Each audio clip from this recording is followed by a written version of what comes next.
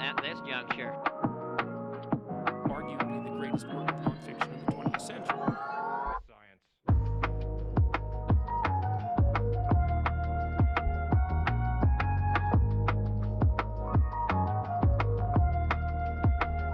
So hot right now.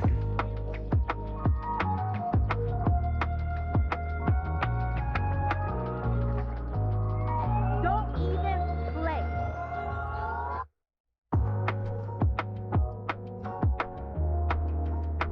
Uh-oh, what now?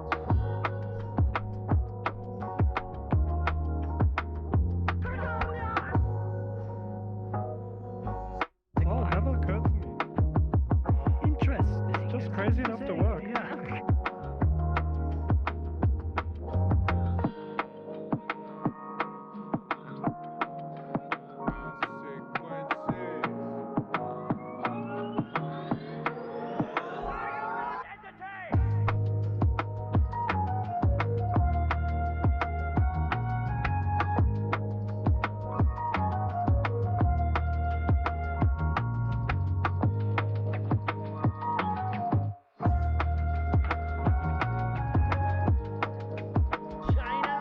China.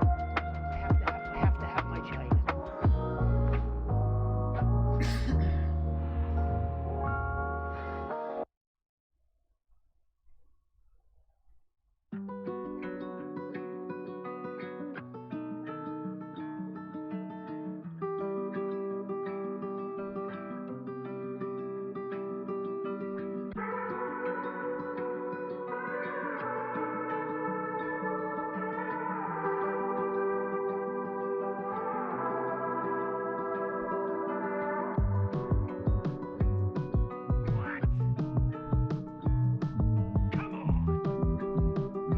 That's hot.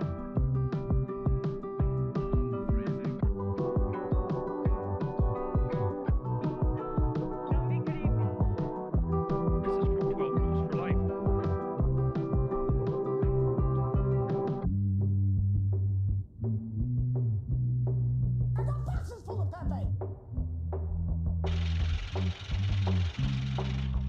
I feel like I'm taking crazy pills!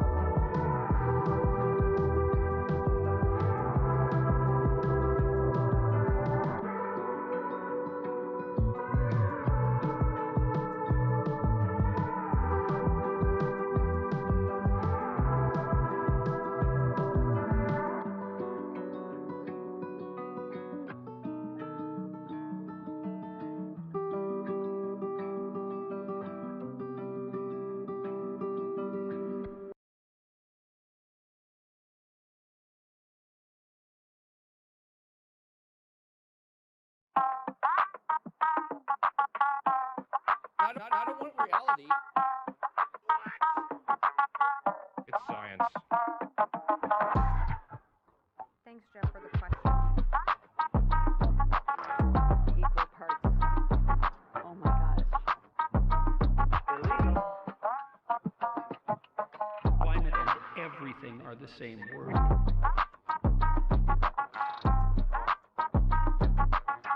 It's a bold strategy, Cotton. Let's see if it pays off for him.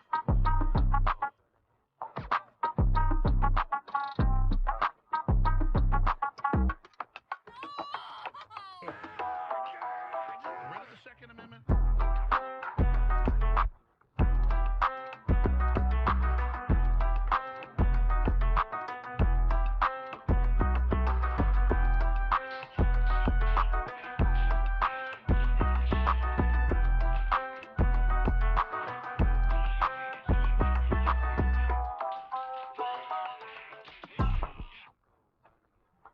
I see that you know your judo well.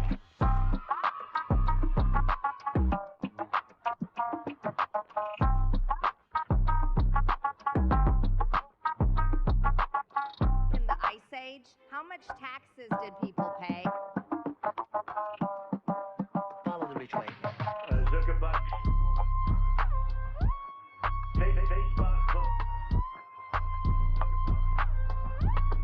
I did everything right and they indicted me.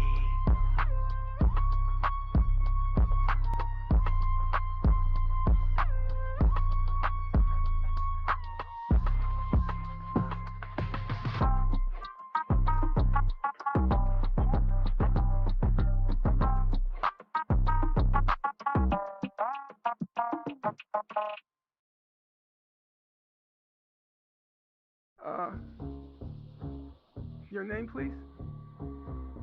A fucking bitch.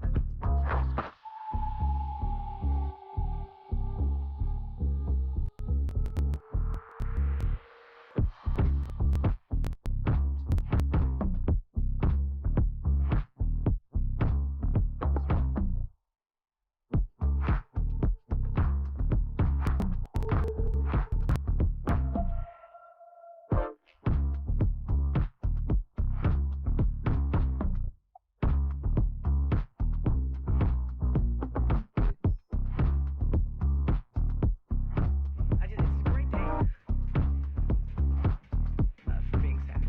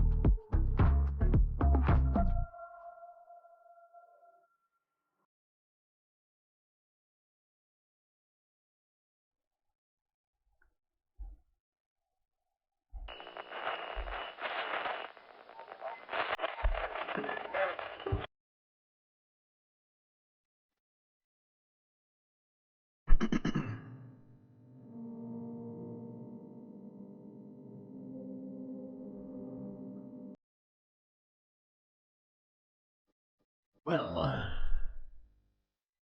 here we are again, folks. Good to see you all on this Moonday.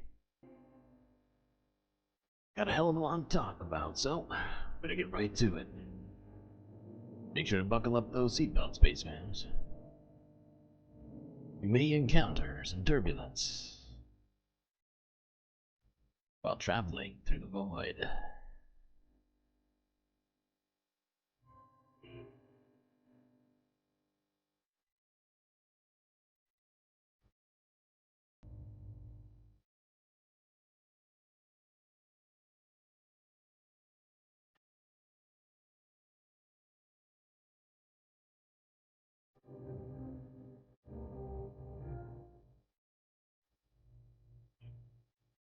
Oh shit. The stream must have been lagging for a second. I lost behind by like a minute.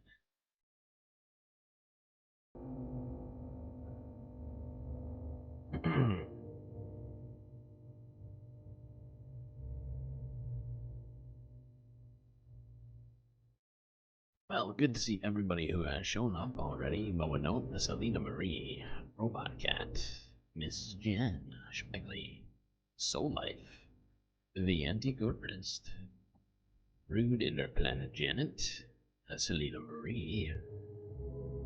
What else we got in chat already tonight? DB, I see you. Bob Carmody. Bob Treesh. Both Bobs. Two Bobs don't make it right. My dog is also here. So many people. Good to see you all. Alright. That's your free early shout out. Okay, what are we doing today? A lot of questions. Perhaps some answers. I guess today we will start in the United States, as usual.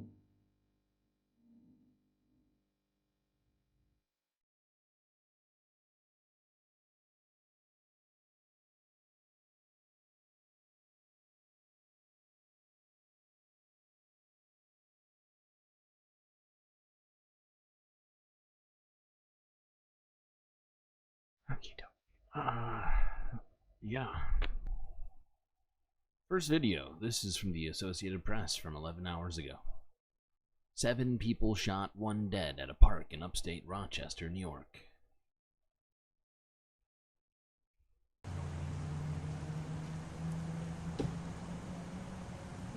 I looked up and I hear somebody yell, "He's got a gun, run." So at this point, we do have one person that is. What in the fuck? Hold, please hold. Please hold. Literal disaster happening right now. How and why? That's going to be my question right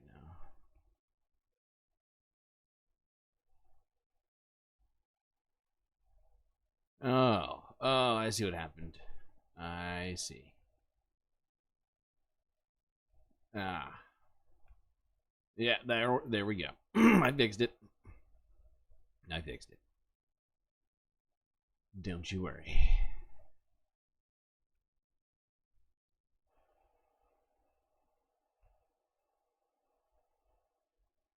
Let's try this again. Take 2.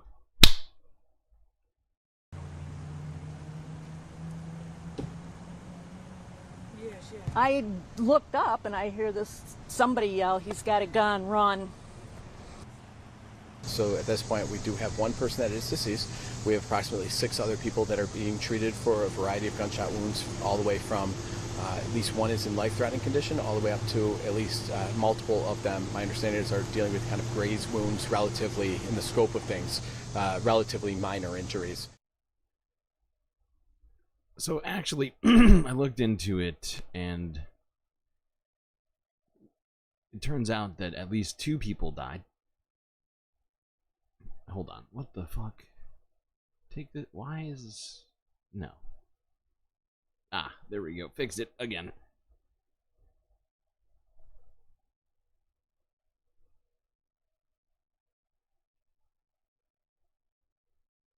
Okay.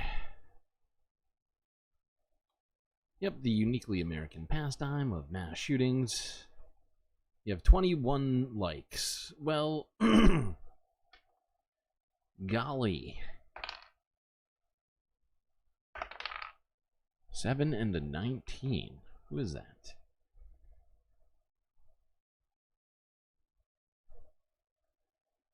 Yeah, so 8 people, or 7 people in a park, just in minding their own business.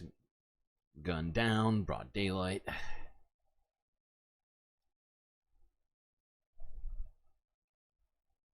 Let's go to this. This is a different example of gun violence, which, I feel like we should continue to talk about. This is, WRAL from 9 hours ago.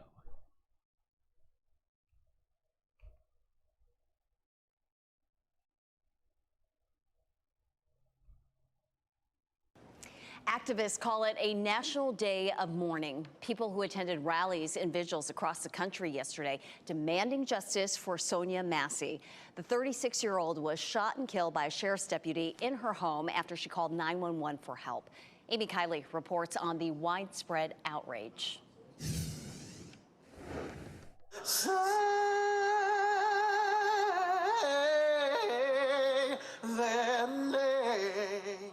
Activists across the country are calling for justice for Sonia Massey, declaring yesterday a national day of mourning. That situation that happened is just unbelievable, that young lady was killed in her house like that. Former Sangamon County Sheriff's Deputy Sean Grayson is charged with murder for Massey's death. Officials say he was in her home near Springfield, Illinois, because she had called 911 for help. Body cam video shows her taking boiling water off the stove and him firing his weapon. She called for help, and instead she was gunned down in her home. And I felt that. There's so many people here, I think, who looked at it and said, that should not be happening in 2024. Many rallygoers say the shooting adds to their desire for police reform. We want to stand in solidarity with her family and demand the passage of the George Floyd Justice and Policing Act. The Justice Department says it's looking into the shooting. Tonight, it's facilitating a community healing and listening session in Springfield. Activists say the country needs to ensure a shooting like this does not happen again. We can no longer tolerate the indiscriminate killing of our sisters and brothers. Massey's death is being investigated by the U.S. Department of Justice. Wait, hold on. Sorry. Wait, go back. I got distracted. The Supreme Court began this year poised to build on its 20... Not yet. Hold on. Pause. Where was it? I know I was in here somewhere, and I just was... God damn it. Oh, yeah. This guy.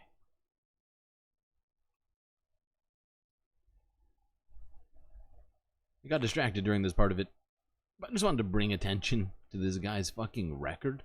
How it is that he became a police officer, somebody with given a gun, power, and a badge.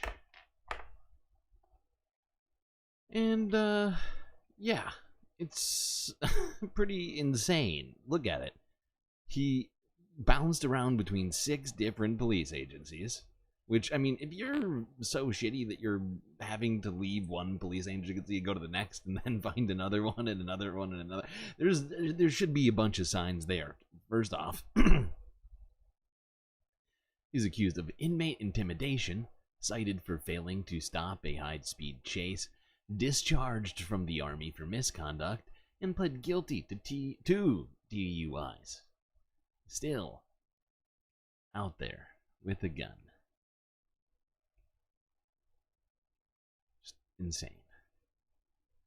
I mean, well, not now. I mean, I'm pretty sure he's been arrested. Although, I think he made bail. So technically he's just out there. I could be wrong on that. Hold on. Now I gotta look up this shit.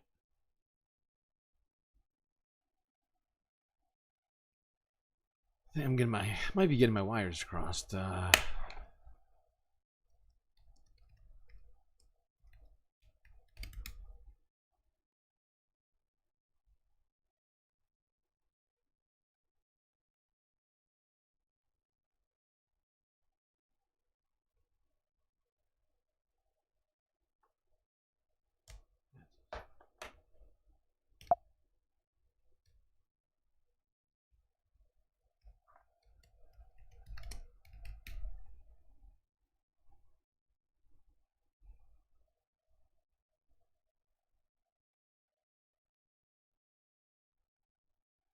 Oh, I take it back. I take it back. I was getting my wires crossed. Gotta check that. Apparently the judge in the case held Deputy Sean Grayson in custody without bail.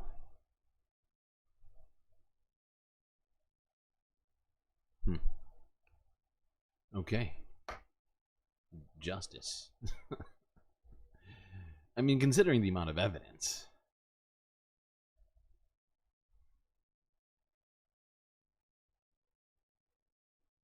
Okay, let's go on to talking about the Supreme Court. A little bit here.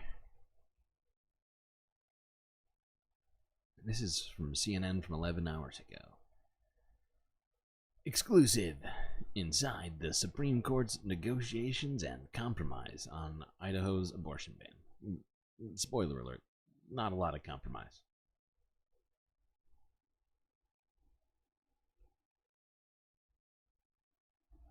The Supreme Court began this year poised to build on its 2022 decision to overturn Roe v. Wade. In fact, after that ruling, today, for example, one of the most restrictive abortion bans in the country goes into effect in Iowa. In January, though, the High Court took the extraordinary step of allowing Idaho to enforce its restrictive ban, but over the next 6 months, several twists and turns would change the course of that case. CNN Chief Supreme Court analyst Joan Biskupic is joining us now with an exclusive look at this. You got behind the scenes. Good morning. What can you tell us about how this changed when the ruling finally came out about Idaho? Sure, Sarah. It's good to see you. And, you know, abortion remains one of the most difficult topics for the Supreme Court and for the country, and is certainly an issue in the presidential campaign. We wanted to find out why the justices in January of this year allowed Idaho's very restrictive abortion ban to take effect, but then by June dismissed the case and essentially said, never mind. What we found out is in that first move in January of this year, it was a secret 6-3 vote. They never reveal how they vote. 6-3 vote with the Republican-appointed conservatives wanting Idaho's ban to take effect over the objections of the democratically appointed 3 liberals. Idaho's law is controversial because it has an exception only for to prevent the death of the mother, not for medical emergencies for her health. And the Biden administration was arguing that federal law protects women in emergency situations and would allow abortions in emergency rooms to protect her health, not just to avoid death. But what happened then by April, when the justices heard the case and then voted in another private session, that conservative supermajority started to splinter. Justice Amy Coney Barrett, in particular, was concerned about what was happening on the ground in Idaho. Women were having to be airlifted out of state when they had complications from pregnancies. Her arguments and her concerns convinced Chief Justice John Roberts and Brett Kavanaugh to consider how to dismiss this case. But the problem they had was that 3 other conservatives, Justices Clarence Thomas, Samuel Alito, and Neil Gorsuch, didn't want to dismiss the case. They wanted to keep it, and they wanted to rule for Idaho and its very restrictive ban. That gave liberals rare leverage. The liberals, as you know, Sarah, have only 3 votes on this court usually, and usually they cannot get their way for even some sort of compromise, but this time they did, working with those 3 conservatives at the center. They ensured not only that the case would be dismissed, but that original January order would be lifted. The justices at the center had resisted lifting that January order. They wanted Idaho's ban to stay in effect, even as the case played out in lower courts. Okay, the fact is that there are still a bunch of restrictions in place right now. Essentially, in Idaho, even after this ruling, it will stand that essentially you'll need to be in danger to get abortion, essentially. At least that's my understanding of it right now, and that's not great, not gonna lie.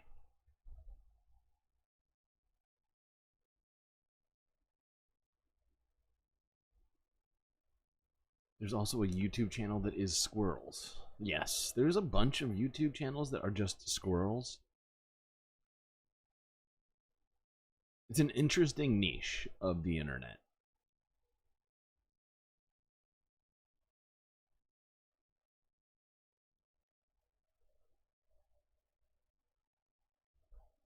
It's a nutty little corner of YouTube. Get it? Okay, that's enough jokes. Let's go on. Keep talking about the Supreme Court here for a moment. Bob Carmody and who decides the patient is sick enough? Yeah, well, it's who decides the patient is sick enough. It also which is compounded by doctors asking the question, or the same question being, which doctor feels lucky today? Who thinks that they can justify this healthcare procedure in the potentiality of being sued for treating somebody facing complications?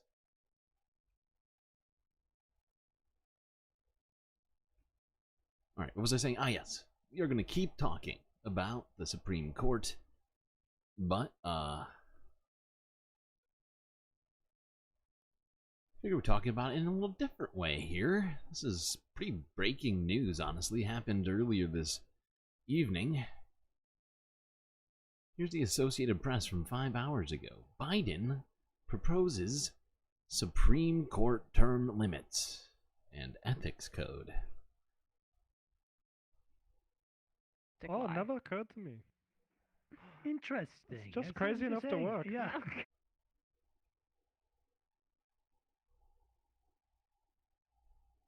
President Joe Biden is proposing some major changes to the Supreme Court. That would include term limits for justices, an enforceable code of ethics, and even a constitutional amendment that would limit the recent Supreme Court decision that gave former President Donald Trump and all other presidents broad immunity from criminal prosecution. All these proposals would require congressional approval, which could be challenging in this era of a divided Congress. And some of the details are still to be worked out. Still, term limits have generally been broadly popular in polling. This proposal would limit justices to 18-year terms. Never mind. This has been popular in polling. No way it's going to ever happen. The Supreme Court recently adopted its first formal code of ethics. It doesn't have an enforcement mechanism, and imposing one would present some rather thorny legal questions about exactly who might do the enforcing. Limiting or undoing the Supreme Court's recent decision regarding presidential immunity would be a taller order in terms of approvals. It would require 2/3 from both the House and the Senate, as well as eventually to be ratified by 3/4 of state legislatures. These proposals mark a major shift for Biden, who was once head of the Senate Judiciary Committee and has long resisted calls to reform the Supreme Court. Still, they could focus voter attention in what's expected to be a tight presidential race. I found this to be a very interesting switch for Joe Biden. Like she was saying, he had been pretty anti SCOTUS reform for basically his whole career. And this is something of a tone shift for him. Kind of drastic. Perhaps somebody convinced him something about being too old to be governing has carried over to his other beliefs. Perhaps this is an example of that. Now, it would be difficult to actually make this happen, but it could. It could. Depends on a number of things.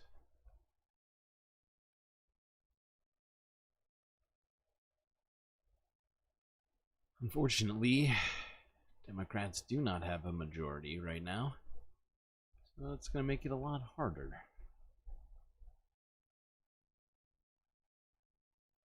Yeah, 18 years, that's the number.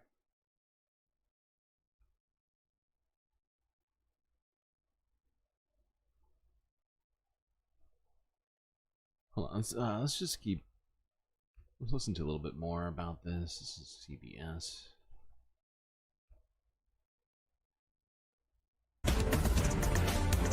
CBS News 24/7, keeping our promise to you. When we see it, you're going to see it. Our video feeds just caught this video. President Joe Biden on his way to Texas. The president is now in the air as we speak. You see him stepping off that helicopter. From there, it was Air Force One. Once that flight lands, the president will go directly to Lyndon B. Johnson Presidential Library, where they are marking 60 years since the passage of the Civil Rights Act.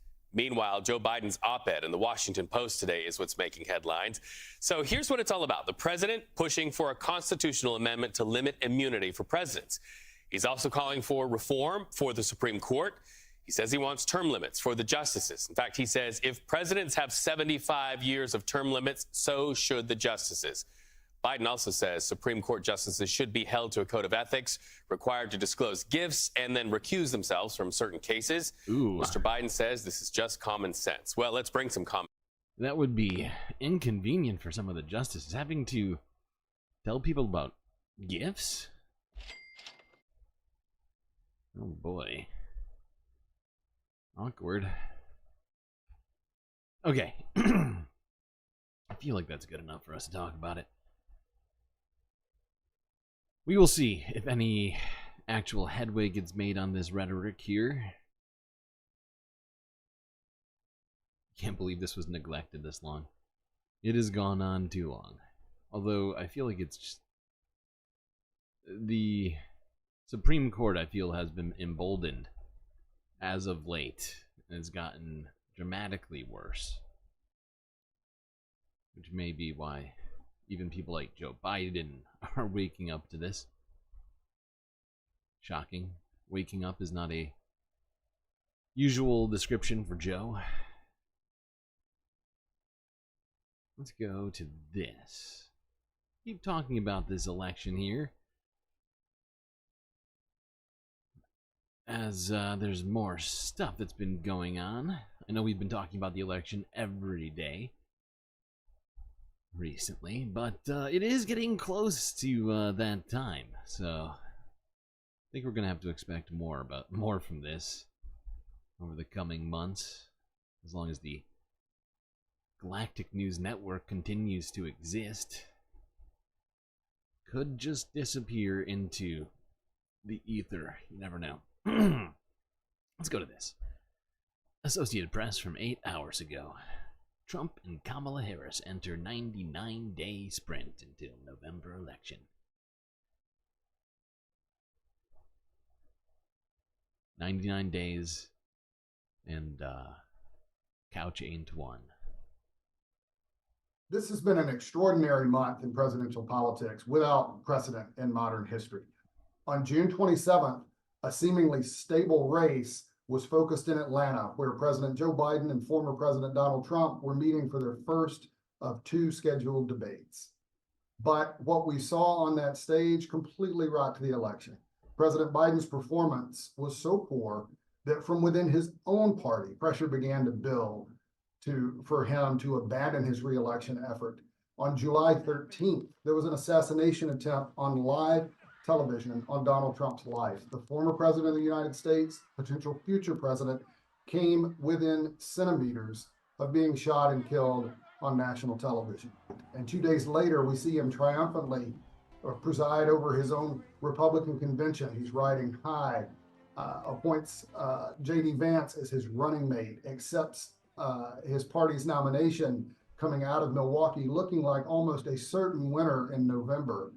And then just days later, after resisting pressure and digging in, after Joe Biden said, "I'm not going anywhere, I am going to run again, I am going to win," he shocked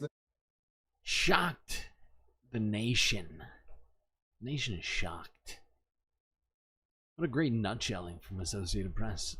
All that happened in a very short period of time. The last 2 weeks have been fucking insane.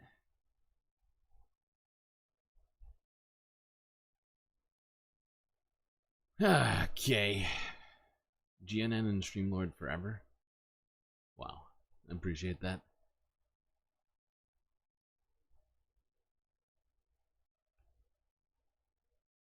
That's right, 99 days until the election.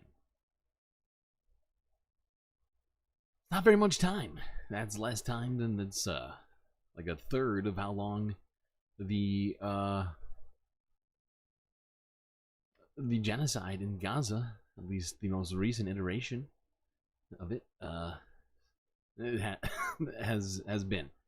Right, that's been over 270 days now. So just think of it like that. 1/3 of that time. That's how long until this election is on in full. No, we haven't done, that's even perhaps more shocking to me than SCOTUS reform, that we haven't gotten done yet, is that we still don't have our day of elections, like our general elections, right, as being a national holiday. A lot of other countries do. I'm just going to point that out.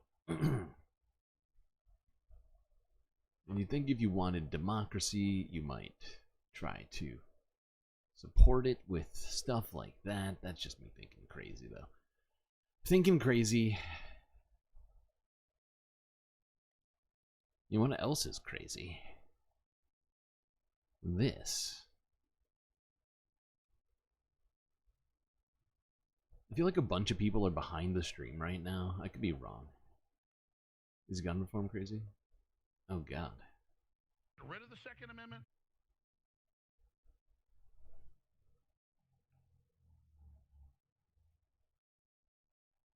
What was I doing? Okay, it zoned out just now. Stop that. Yes. This is what's crazy. There's another crazy thing here. CNN from 9 hours ago. New poll finds Harris favorability uptick. Tell me more.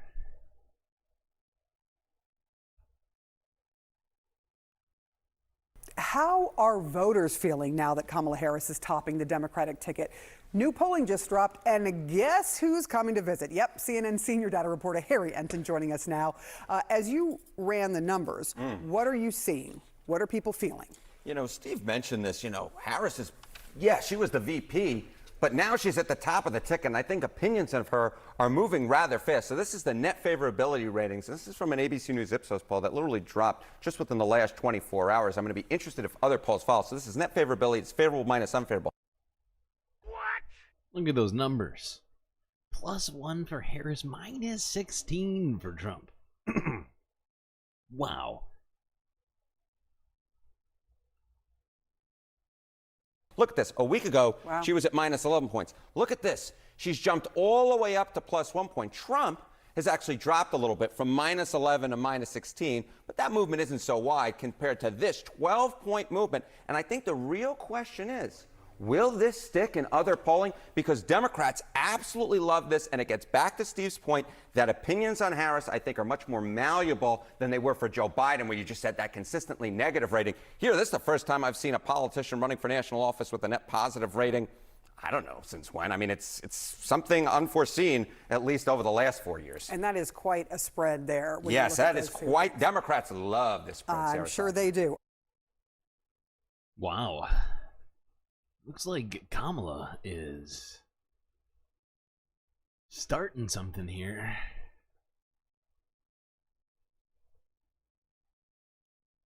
Don't want to get too excited, but I mean, hey, that's definitely something.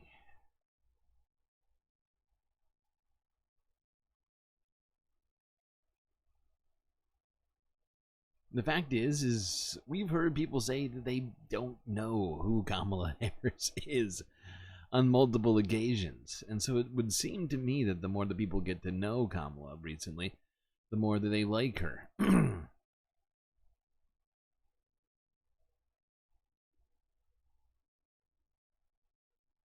Hold on, let's look at some more polling.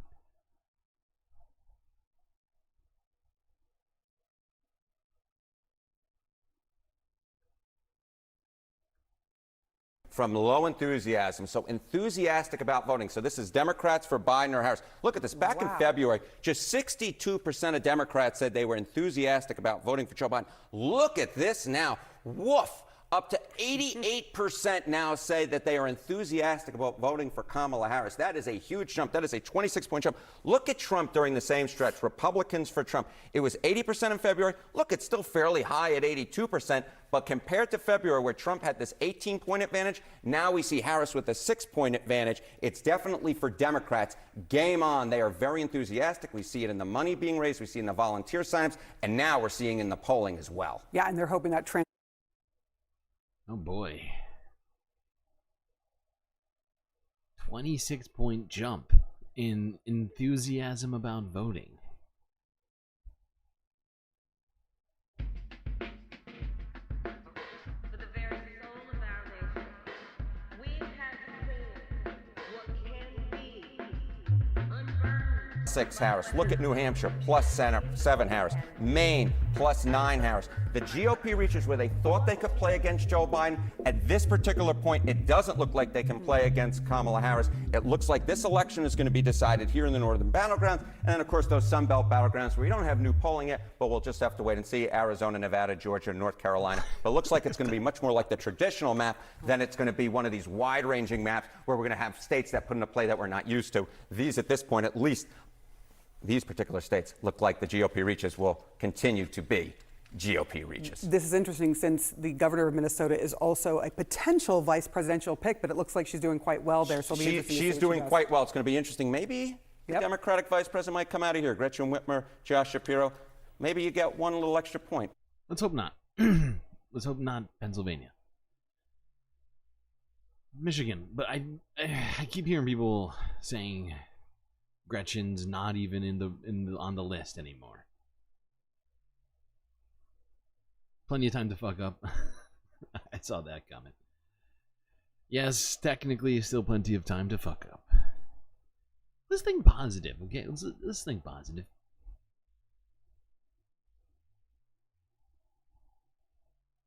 Just an idea. Just gonna will it into existence.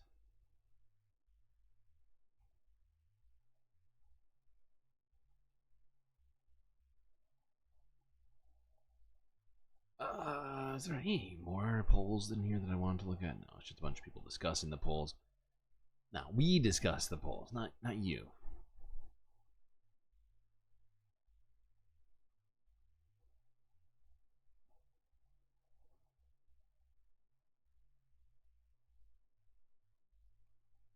The fact is, though, if Michigan, Pennsylvania, and Wisconsin are pure toss-ups right now, I'm pretty sure. I mean, that is. I mean, that's way better of a position, right, than Joe Biden was in those particular states, which are, as you probably know, incredibly important as it relates to the path to victory.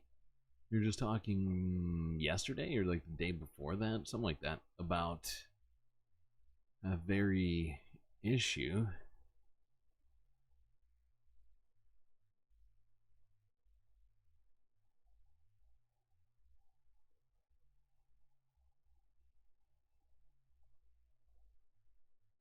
Joe Biden was struggling in all of those states last time we were looking at those polls, which feels like a decade ago at this point. I felt like a good place to stop it, because right now I figured we would talk very quickly about a couple of the supposed potential VP nominees. This is from Forbes breaking news from 5 hours ago. Breaking news. Mark Kelly dodges questions about whether he'll be Kamala Harris's running mate.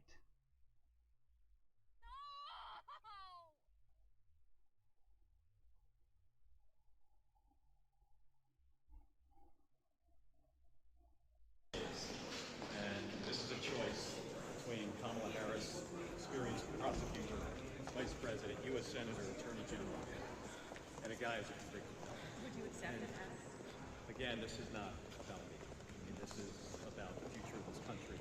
You whether we want to take this country back to 2016 and 2020 when the world was a much more dangerous place when Donald Trump was president of the United States. The damage he did to our finances is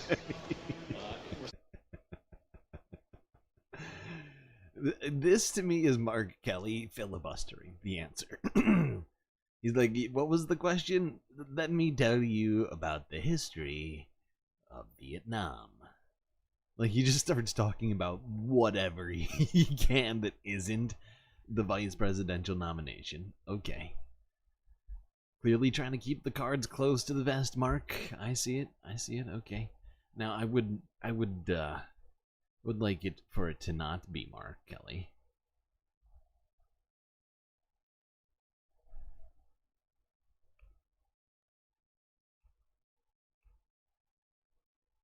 Personally think he'd be a bad choice. Now, let's go to this.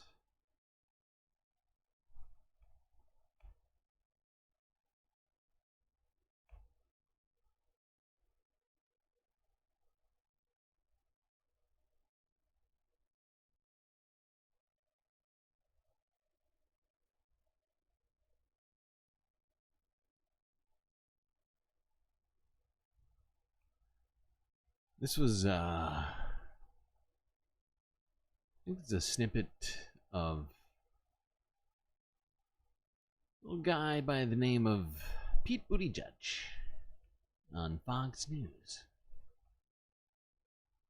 Speaking to what you are talking about, Bakari, let me let you listen to what he has said over the weekend. But even before the pandemic, And America went into a manufacturing recession, which really hurt places like where I come from in the industrial Midwest. But anyway, But my point unemployment was my low. point is, he broke his promise for that kind of economic growth. He broke his promise to pass an infrastructure bill, right? He said he would do that. He failed to do it. The Biden-Harris administration got it done. He even broke his promise to that January 6th mob when he said, I will be at your side when you march down to the Capitol. But he actually did keep two promises. He kept his promise to destroy the right to choose in this country, and he kept his promise on tax cuts for the rich. And if you want to know what a second Trump term would be like, I would start by looking at those rare promises that he actually managed to keep. Bakari, that sounds awfully vice presidential to me. Oh man, listen, Pete Buttigieg is a bad man, like a bad man. He is one of the Bad best, if meaning not good, the best in your communicator view. we have in the world. Yeah, I mean, that was a colloquialism. There we go. That SAT word I'm using this morning. He is one of our, if not our best communicator. But look, we have Josh Shapiro, Mark Kelly. You've seen Governor Waltz, who's probably. Okay, so yeah, that was, I also agreed. The tone that he took and his ability to, explain his position, push back on the Fox News anchor on the spot. I think I would agree, pretty vice presidentially. And the other two names that he mentioned, the Mark Kelly and a Josh, I'd certainly take a Buttigieg over a Mark Kelly or Josh Shapiro. That's just me. Also, here's one of the reasons. Okay, it's one of a couple of reasons, but the one that comes to mind first is also the fact that regardless of any of their policies, right? Josh Shapiro and Mark Kelly are both in, the swing states. They're already elected to office. If either of them leave, Democrats have to win another election somewhere. And Pete Buttigieg is not. He's appointed right now as the Department of Labor, right? And not labor, sorry. No. The transportation. Jesus Christ. So, you can appoint somebody new to that position, no problem. But making sure that a Democrat wins another election somewhere, I'd rather not. Just for that one reason alone. I mean, there's other things, but that's just the first one that comes to mind. just from a purely strategic sort of standpoint, I think.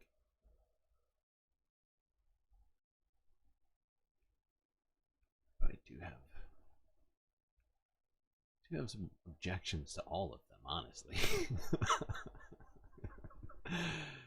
I mean, Waltz is another good one, but it's the same thing with him.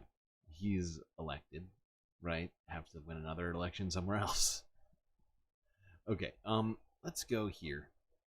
Although there is a catch there, right? Because the second I say that, I start thinking also, well, does that mean that maybe Pete Buttigieg won't help with getting there? I don't know. I feel like I also need to look more at poll numbers, and I haven't seen a lot of polls on these people's favorabilities nationally. I don't know how many are even being run at this point.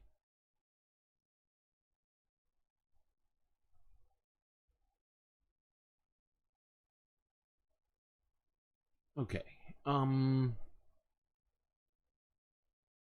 Let's look at this. Talking a little bit about J.D. Vance.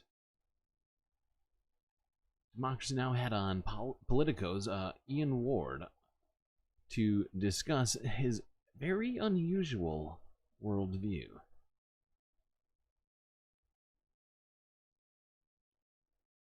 This is Democracy Now!, democracynow.org. It's War, Peace, and the Presidency. I'm Amy Goodman. We continue our look at Republican vice presidential nominee J.D. Vance with a new piece headlined The 7 Thinkers and Groups That Have Shaped J.D. Vance's Unusual Worldview. It was written by our next guest, Politico reporter Ian Ward, who's joining us from New York.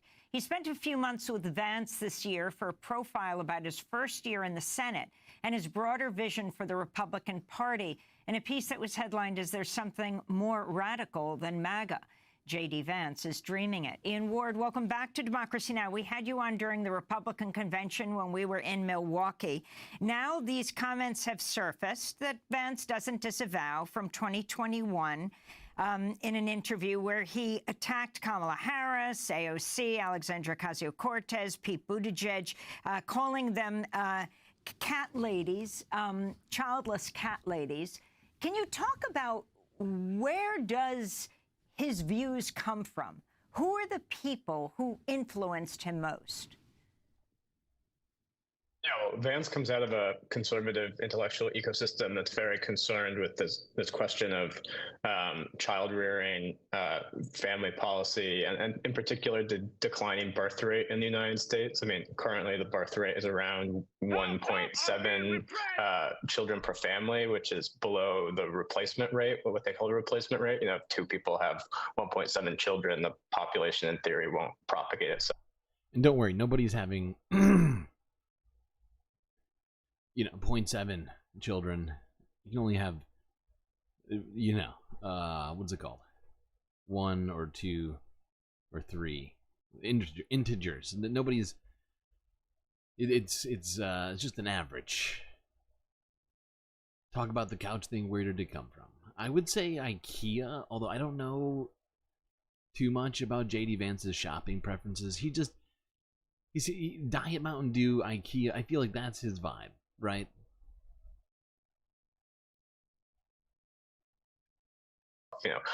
Many of these people on the populist nationalist right see that as an enormous sort of civilizational existential challenge, right? That's not just a technocratic issue. That's an issue of whether society can propagate itself into the future, right?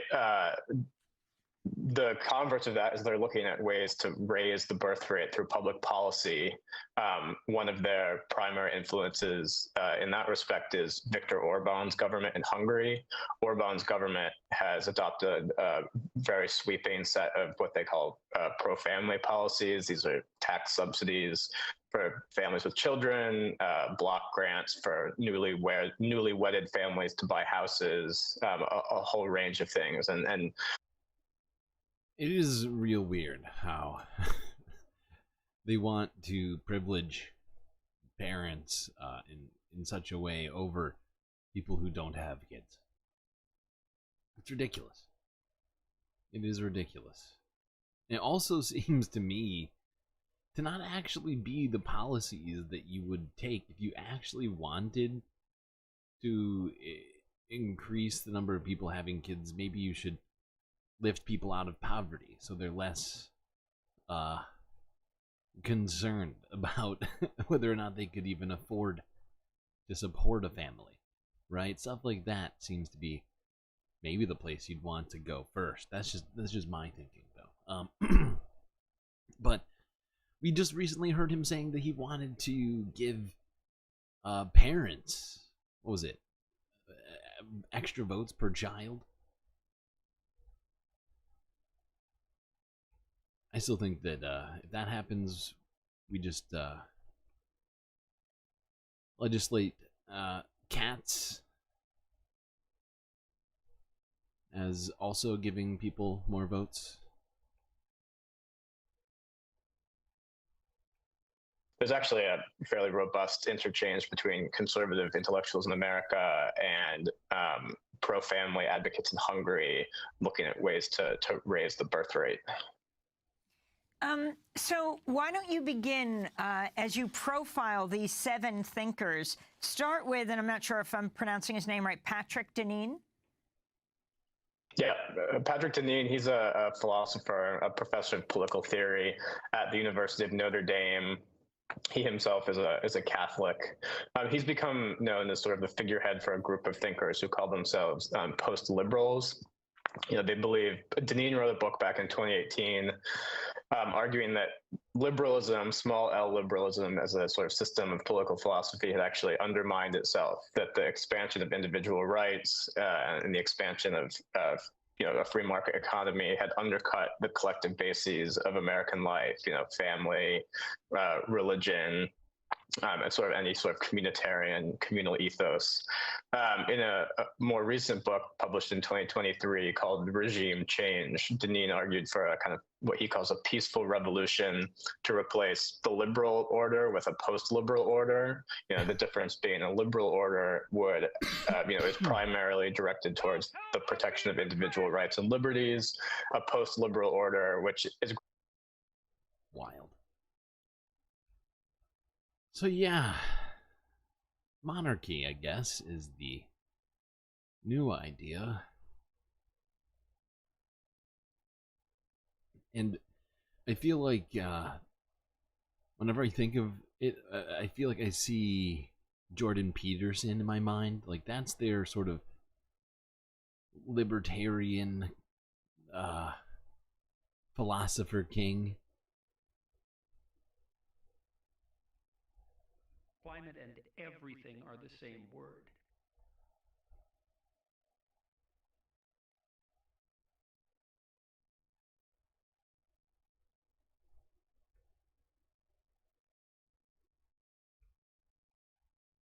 How are we doing on time? An hour in.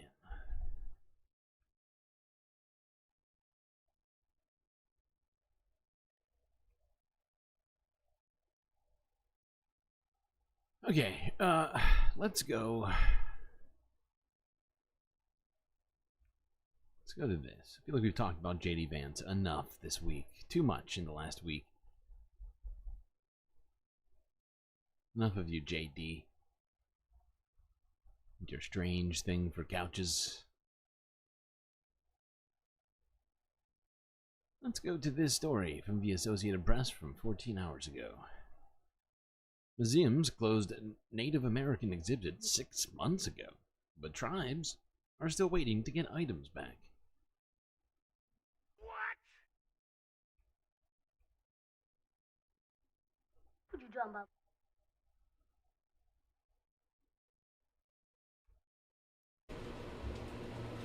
The Otos, the doll being, is a living spirit, a spirit that really needs to be cared for and respected and danced.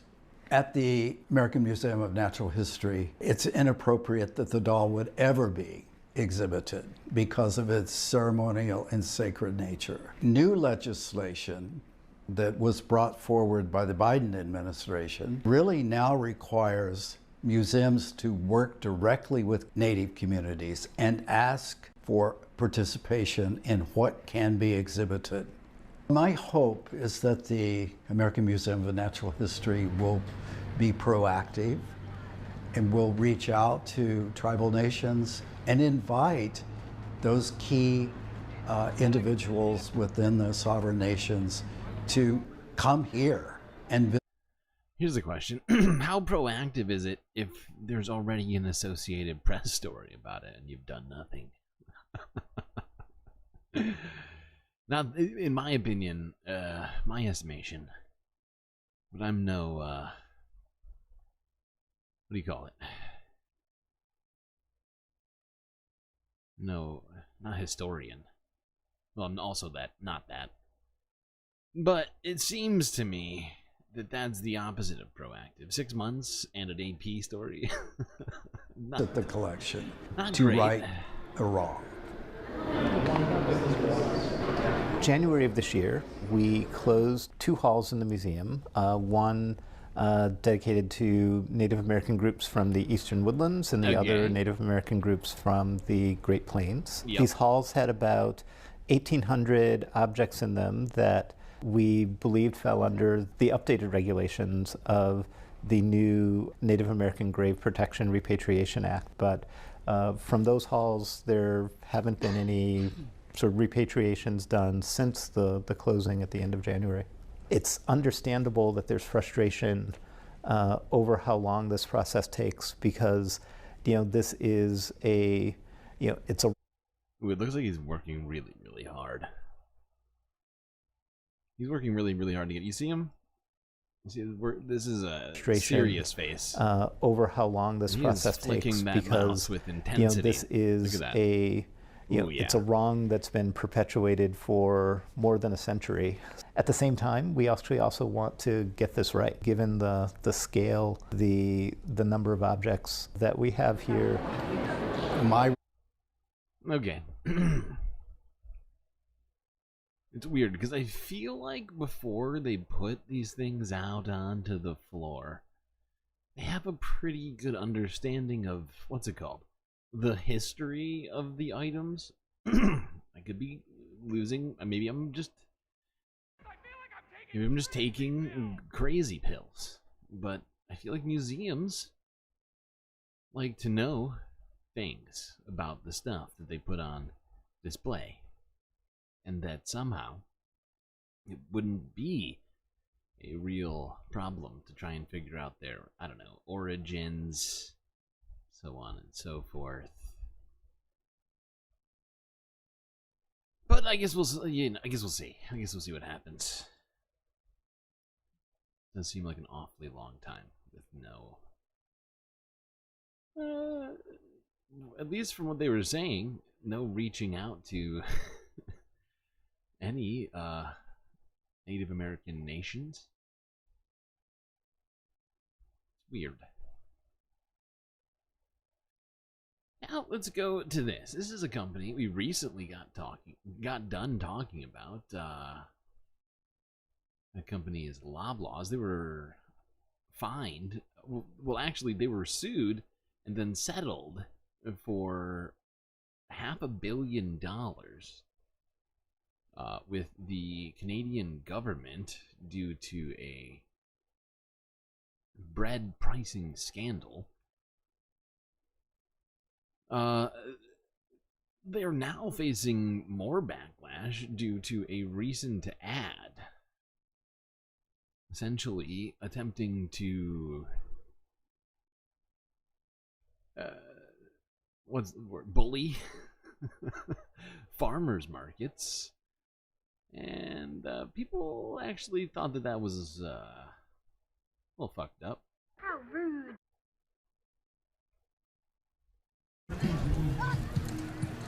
At Leslieville Farmers Market today, vendors like Susan Henry Bassarage are feeling heated, and it has nothing to do with the afternoon sun.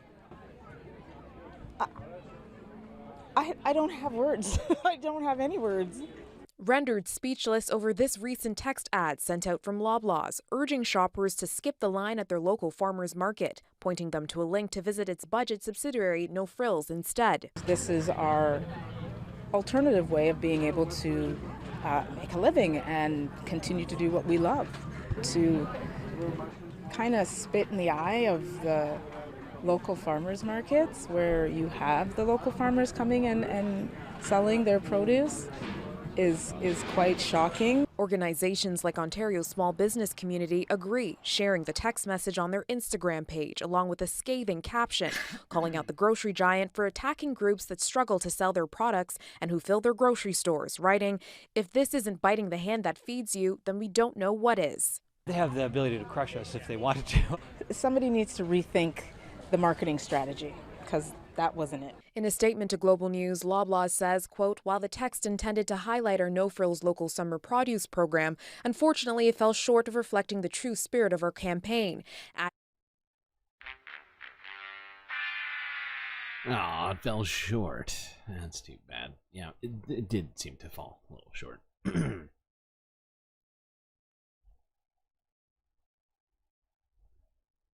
But you gotta figure they gotta make up some of that money.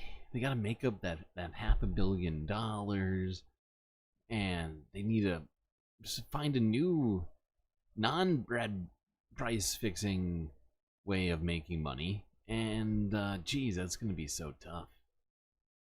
So of course they had to do something.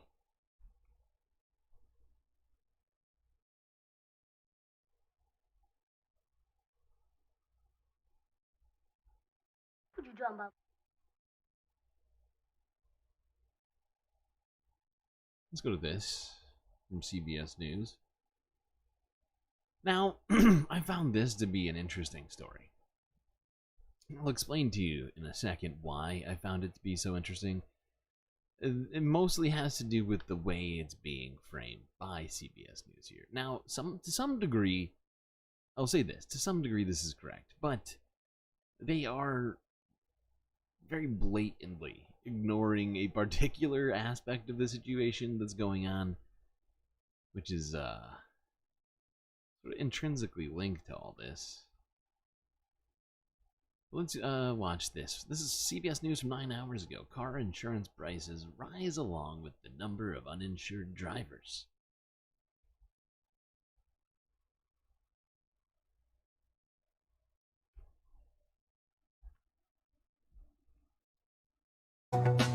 Well, most Americans are paying more for car insurance than they were at the start of the pandemic. That's because more people are driving without insurance, and that is raising the price for everyone else. That's according to the Insurance Research Council. Oh, that's the Uninsured reason. drivers rose from about 11% in 2019 to 14% in 2022. Okay, so because people aren't getting insurance, that's why it's more expensive, right? Okay, cool. So real quick, one thing they're not going to be bringing up during this at all is the fact that many car insurance companies, people who insure vehicles and such, also happen to insure a bunch of other things, such as homes, right? What's been going on? Anybody remember any of the stories we've done recently about home insurance? I feel like at least some people here have been around for some of that. And if you weren't here for that, and you're somehow unaware of this, home insurance prices have also been rising, right? Now, one of the reasons for that is the fact that insurers have been mass canceling insurance policies in the United States, especially in areas that they consider to be at risk of potential climate change related extreme weather events, and they're trying to make up profits everywhere they can, right? And they don't have to, they don't have to explain to consumers why they're raising prices, right?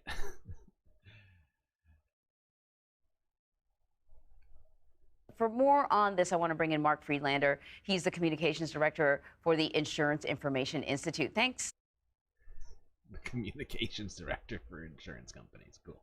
For joining us. So clearly, the pandemic was a little bit of a pivot point for this because, yeah, there's always been uninsured drivers, but it kind of really took an upward swing during the pandemic. I guess my question is twofold. Why was that? And how does it work? How does that impact the rest of us who are paying our insurance? before we even let him talk, one thing I also was just thinking of that we should remember, along with all of the buildings we've seen burned down recently in just the fires, right? Let alone any of the other disasters, whether it be tornadoes or floods. Just in those recent fires we saw cars melted to the ground. Those are probably insured, right? Those are things that insurance companies are having to pay out for. So, might have nothing to do with your driving, but in fact, it definitely has nothing to do with your driving, and it almost definitely, you might be one of the people out there driving crazy, just crashing your car every other week. My guess is probably not, but what is affecting insurance prices the most is the profit incentive from insurance companies. That is what it is. They are having to pay out on a bunch of policies due to just climate-related shit, having nothing to do with people using their vehicles, and they're making up profits here and there on increases in your in your premiums.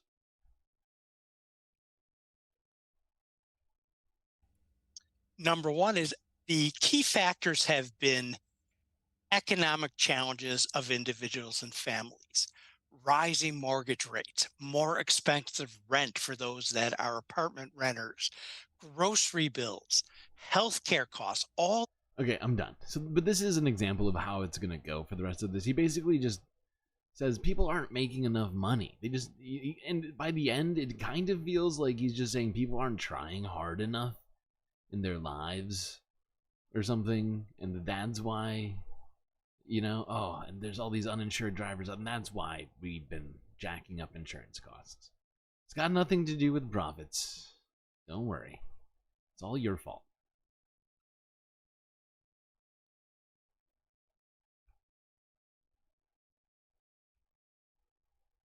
We did Loblaw's boycott in May and have not gone back since. Ooh.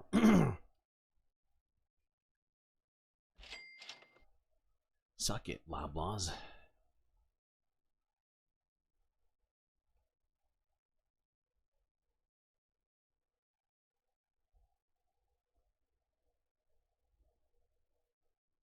Alright, let's talk about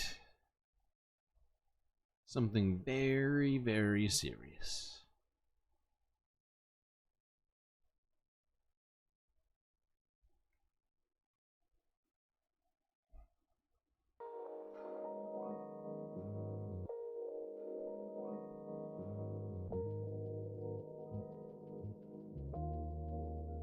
That serious thing is making sure that you like and subscribe.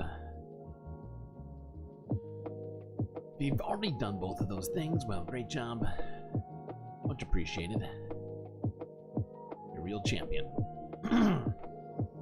If you'd like to help out even more, well, I've got a good idea for you. You can become Galactic Patreon.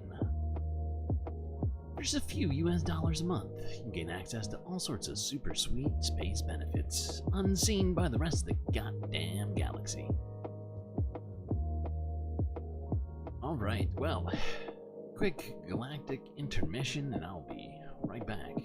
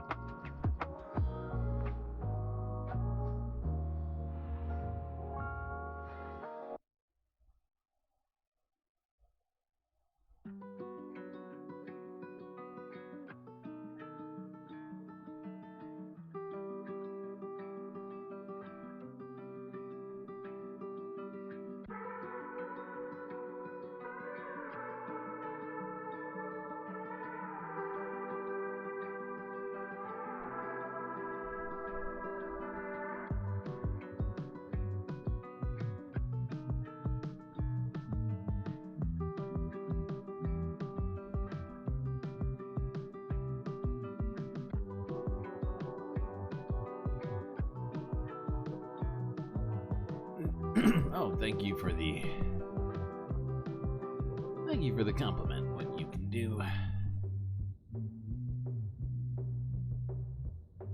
Very kind of you.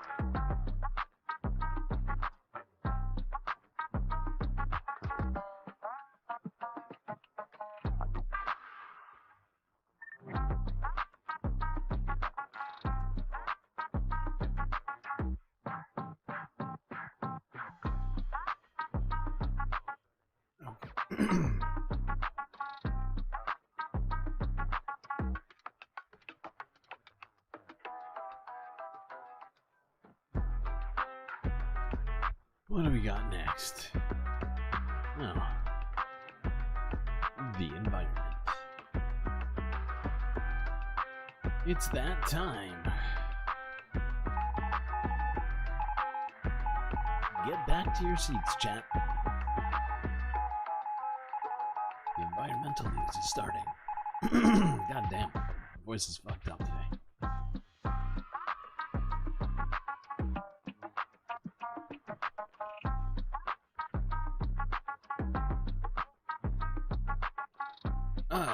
I guess we will start with this story.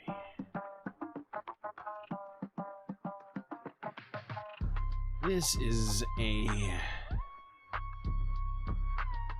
serious and unexpected turn of events. CBC News from 10 hours ago. Bee heists. A growing problem.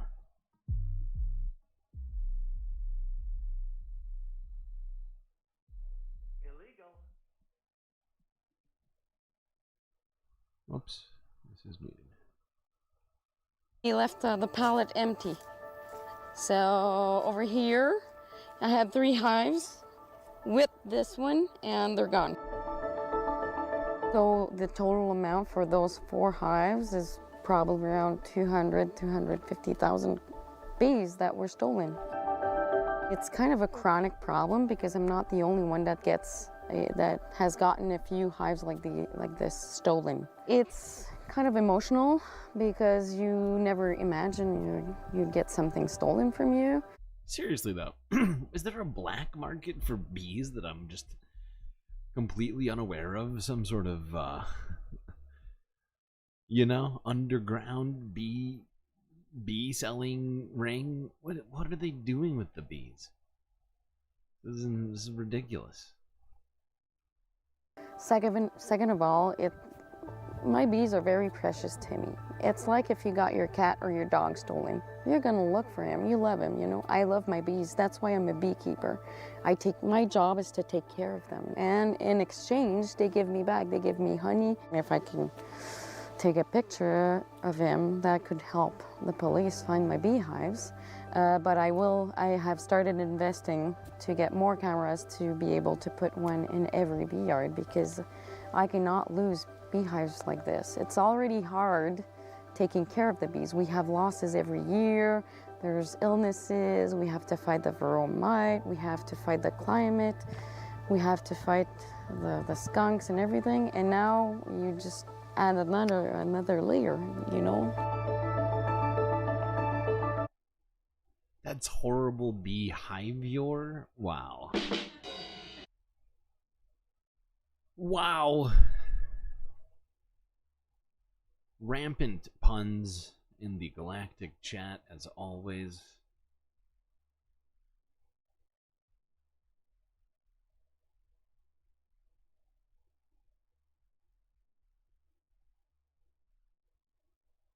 So yeah, people stealing beehives. It's ridiculous. It is ridiculous. I don't have they don't have an explanation. I don't have an explanation for it. I would like an explanation for it at some point. That'd be great.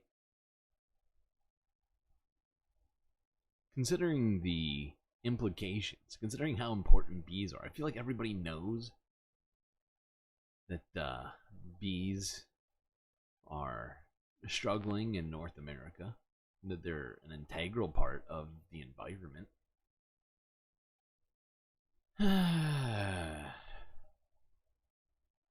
I'm just gonna steal them.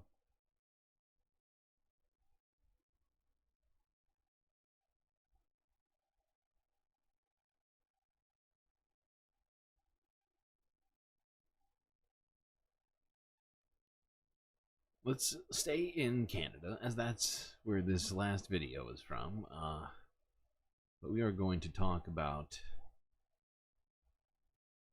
the wildfires in Canada real quickly. We've got a bunch of wildfires to talk about today, as they've just been continuing to spread across the the western part of North America,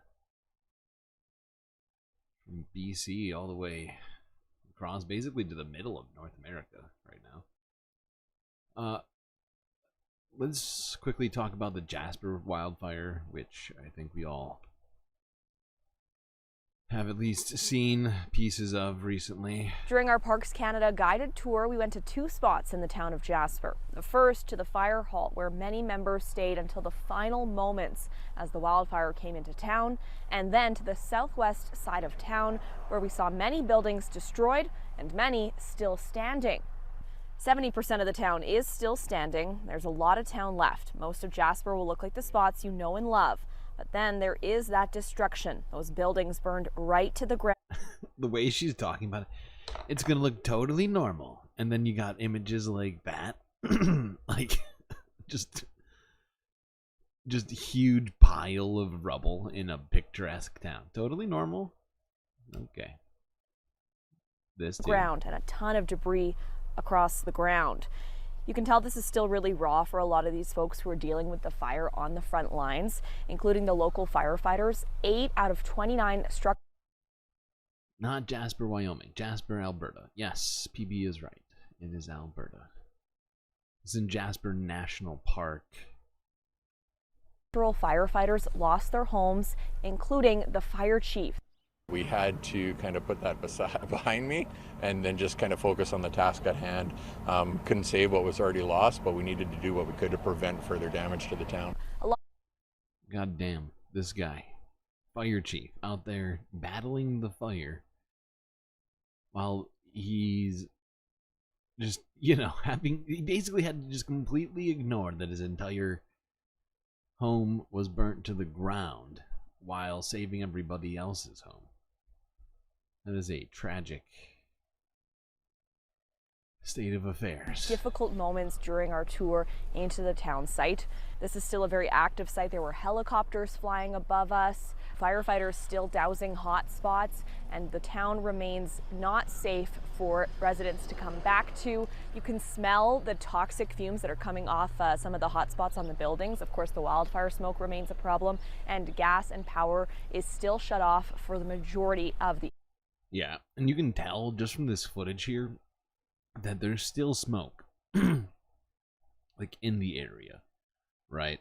Like you can see, like if you just look towards the background, you can clearly see like patches of smoke here, and really all the way, like if you look at the back hill, you can really tell. Maybe it's because I just look at too much video, but yeah, still not safe for people to come back. They are all, most of the evacuees had to go to British Columbia area. They are working on a re-entry plan, and they also hope to soon be able to bring residents in by bus just so that they can see their homes or what's left of their homes firsthand. But as of right now, Parks Canada does not have a firm timeline on when that tour could happen or when folks could possibly re-enter the town. Yeah. So the plan is for people to go back, just waiting for it to be safe, essentially.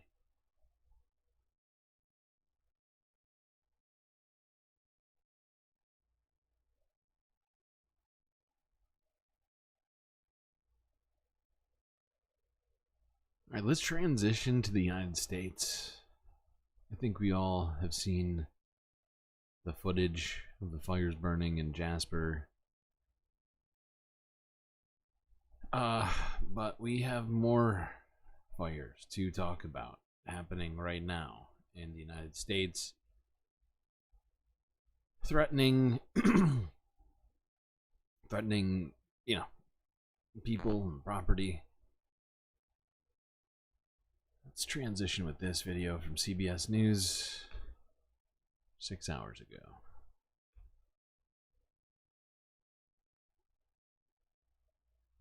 Parts of the Canadian tourist town of Jasper is in ruins from the massive wildfires that have been burning for more than a week. Those fires wiped out nearly a third of the town. Both the town and Jasper National Park, which draws more than 2 million tourists a year, had to be evacuated. CBS News correspondent Carter Evans is outside the disaster area with the latest.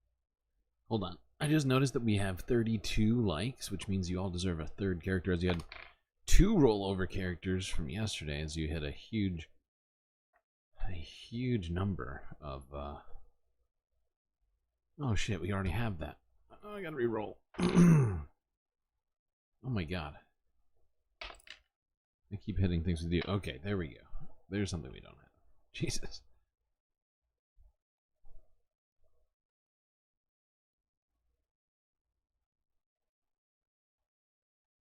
A lot of the evacuees came to Calgary. Oh, okay.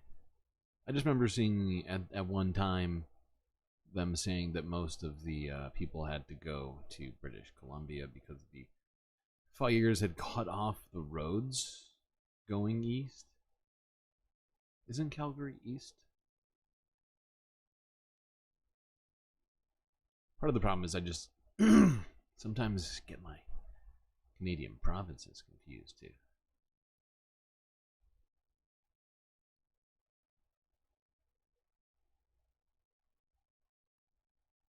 Pink Panther would be a fine sub. I'm sorry.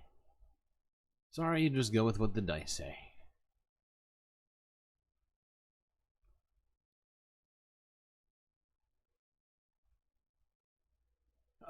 Back to this. Well, Jasper is one of the most famous national parks in Canada. It is known around the world for its breathtaking natural beauty. An estimated 400,000 Americans visit here every year, but this roadblock right now is about as close as people can get. The town of Jasper is still considered a disaster area. Now, none of the 5,000 residents have been allowed to return home, but firefighters took us downtown to see the devastation and how much they were able to save. Now, firefighters say a wall of flames about 300 feet high was approaching the town, but they had practiced for this, so they were safely able to evacuate 25,000 tourists and residents. They also saved critical infrastructure like the hospital and schools.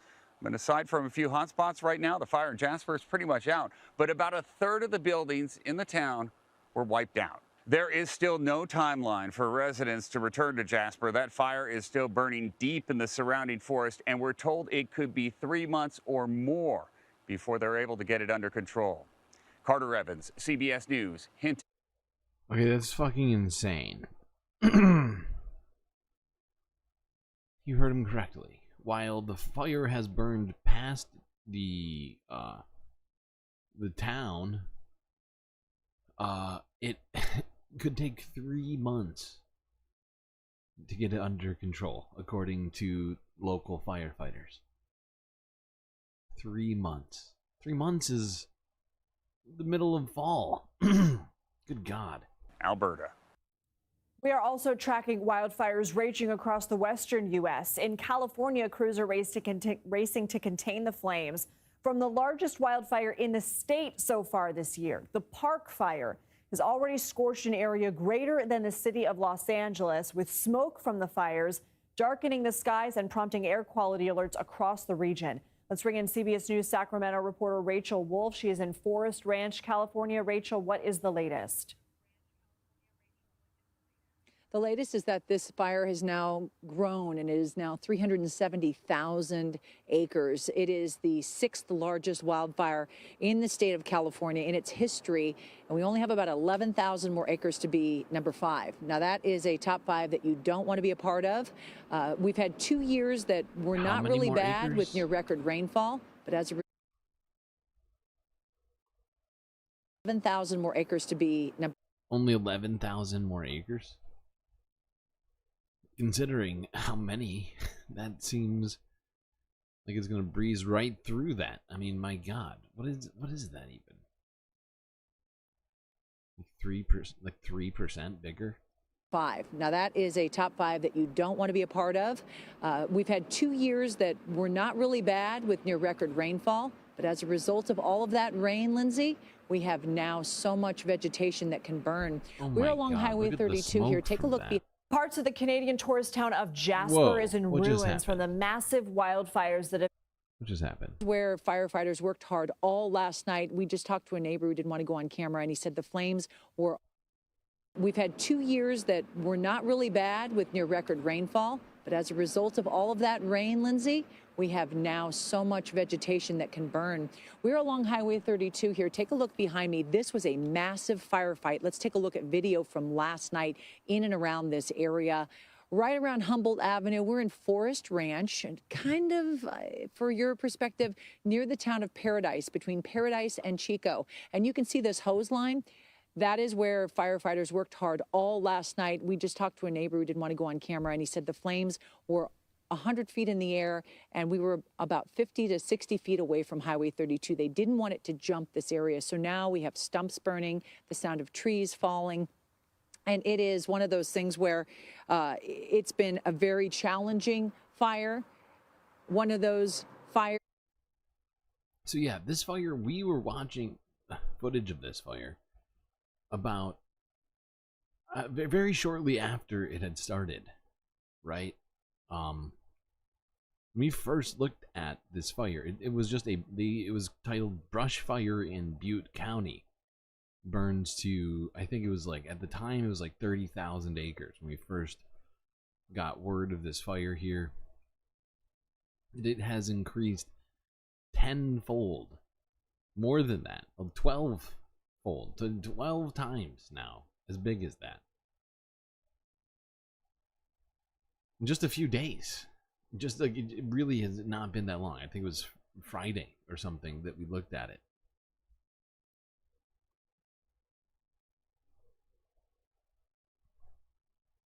Now it's 360,000 acres.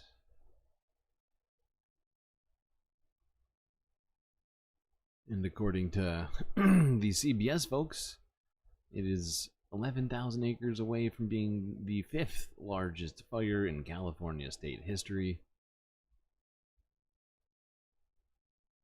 Not good.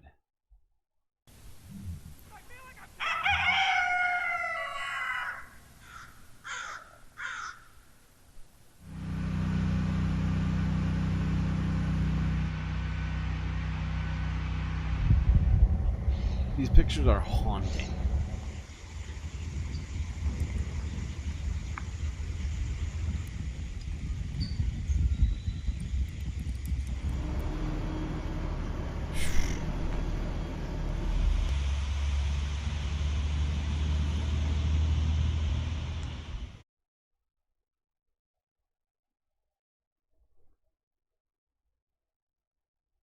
Seeing like the pictures of the kids' toys next to the garden, ornaments and things all burnt up. Oh my god. This is horrifying.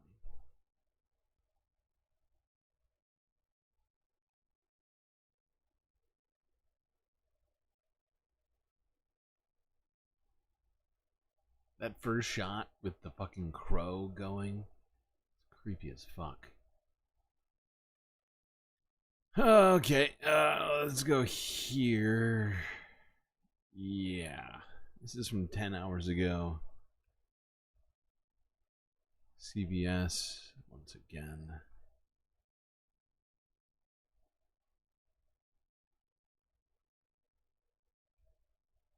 Across the western U.S. this morning. In California, crews are racing to extinguish flames from the Park Fire, now the 7th largest in the state's history. This is just one of dozens of wildfires burning in California right now, and the smoke from these flames has millions of people under air quality alerts. Jonathan Bigliotti is on the front lines north of Sacramento. Jonathan, good morning. I mean, that can't get more front line than anything. I mean, the image tells the story of devastation. And this isn't even the worst of it. The fire right now currently burning, Anne-Marie, in very remote terrain. Earlier this morning, we were on the active front line watching firefighters, about 100 of them, try to hold back the flames. 10,000 people currently under a mandatory evacuation. At last count, more than 60 structures, many of them homes, have been destroyed. And fire crews that we spoke with just yesterday telling us it could take several weeks to put this blaze out. And Nate, good morning to you. You've got the Park Fire burning in rugged terrain. You have hundreds of fire crews here on the front lines trying to hold it back. And for good reason. This morning, dozens of communities are threatened. More than 10,000 people have been evacuated, 60-plus structures, many of them homes destroyed. Wow. In a fire that crews say could continue to burn for several more weeks. Flames devoured home after home as windy weather and thick vegetation fueled the Park Fire's devastating growth. So we've had a lot of dry, old brush, and with the winds and the heat, it just was a perfect recipe. Almost sounds like this was a tinderbox ready to explode. Pretty much, yeah. After a break in the weather, the wind has picked back up. This fire, once again, explosive. It has hopped this highway, now burning in a part of the forest that has not had wildfire in years. A state of emergency has been declared in 3 counties as 3,900 firefighters battle the flames from the ground and sky. In Southern California, crews are struggling to control the Boreal Fire, burning about 100 miles north of Los Angeles. The flames nearly destroyed the historic gold mining town of Havilah as they surged in size, burning close to 50,000 acres. Back north, damage inspection teams are already combing through charred-out neighborhoods left behind by the Park Fire, counting the number of homes destroyed, a number expected to rise as the fire continues to burn. Susan Singleton and her 7 dogs escaped the Park Fire just in time, only to later find out they had nothing to go back to. People that we know that went by and looked at the property said it's burned down. Everything, our stuff is all burned up.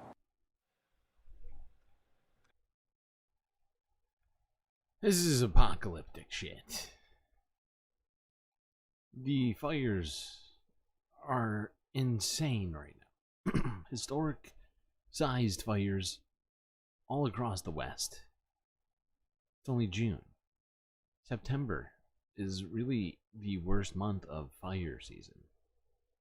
It's when everything is basically it's at its driest since August is the hottest month of the year, and so the potential for even worse fire, and it's insane to imagine worse fires than 360,000 acres burning all at once in one fire.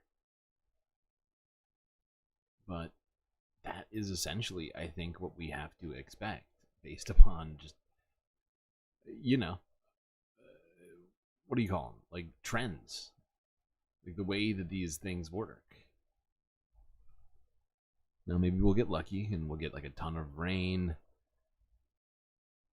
And some of that will be avoided. That would be nice. But as of now, it hasn't happened.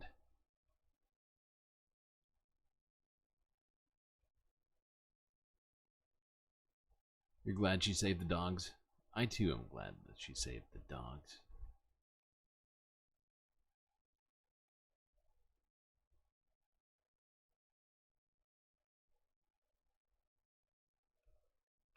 Alright, this is, I think, the most recent. Actually, yeah. Developing right. Let's go to this one, actually.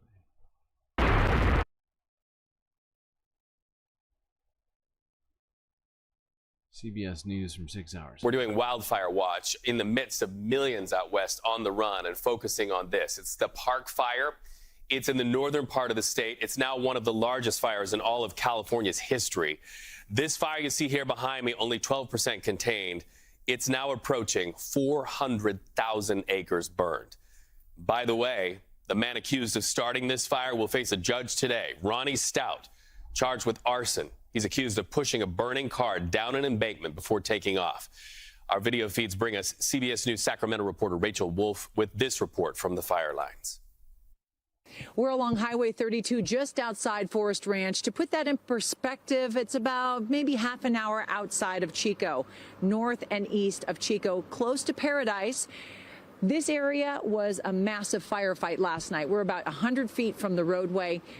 It's all under mandatory evacuation. And this morning when we arrived, there were hand crews that were working this entire area to stop the fire from jumping Highway 32. It's done that a couple times before, but we're on the canyon side. Big Chico Creek is below us. That's leading to Upper Bidwell Park where the fire started. So it's basically ripped up this canyon, and all of the homes along here have been threatened.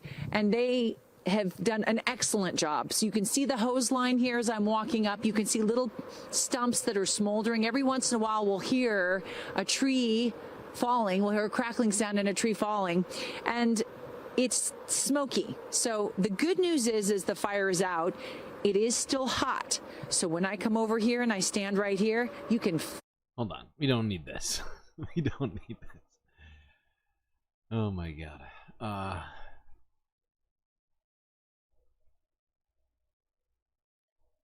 I forgot this one's like super long.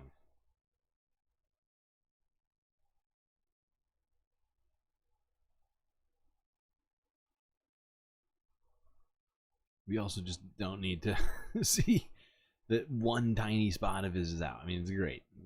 12% of the fire is contained. That leaves what, 88%?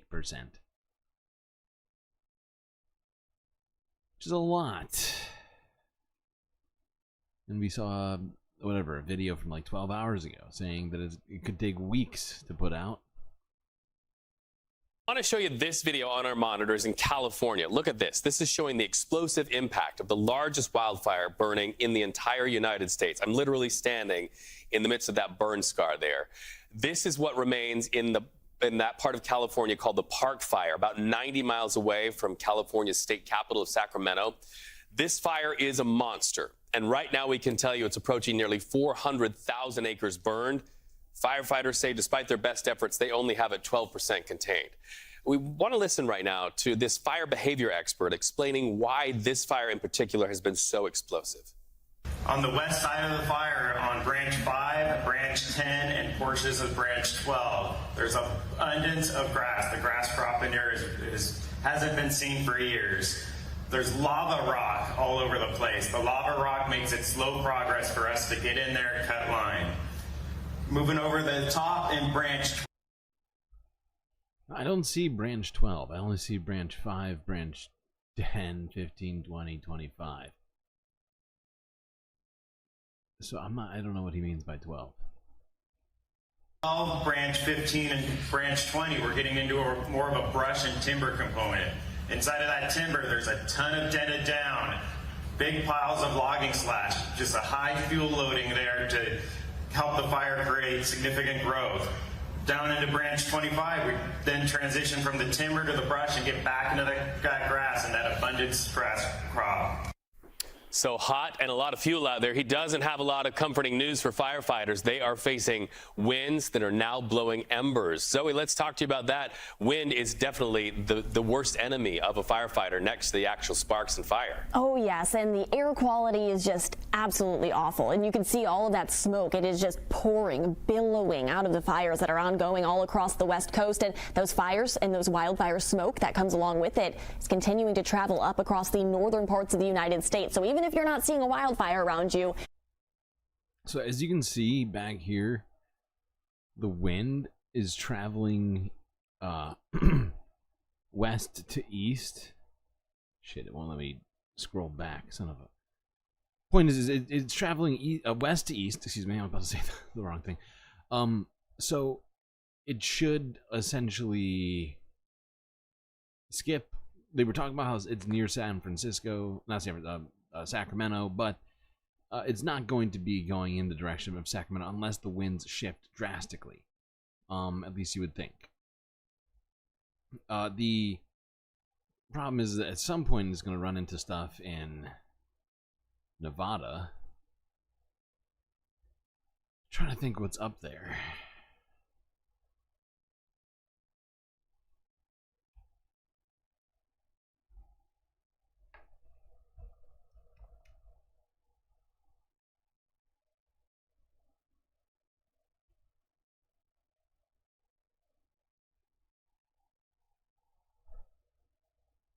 Reno.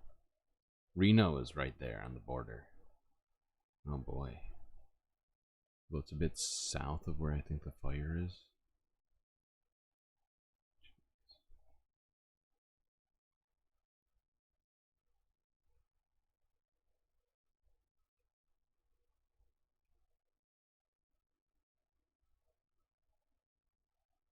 Actually, no, not really.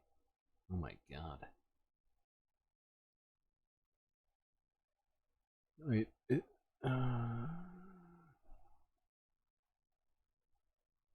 jeez. Okay. Uh-oh. Oh no. My browser. Please hold. My browser just had a fit. For me trying to look on Google Maps during the stream. Okay, fine. I don't know why. You done? You are done. Okay, good. Thank you.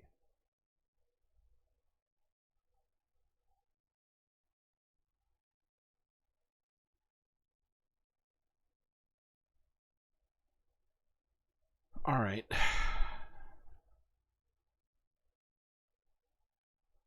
So let's move on from the park fire, which is, as we just heard, the largest fire in the United States, to a couple of other things happening in the United States.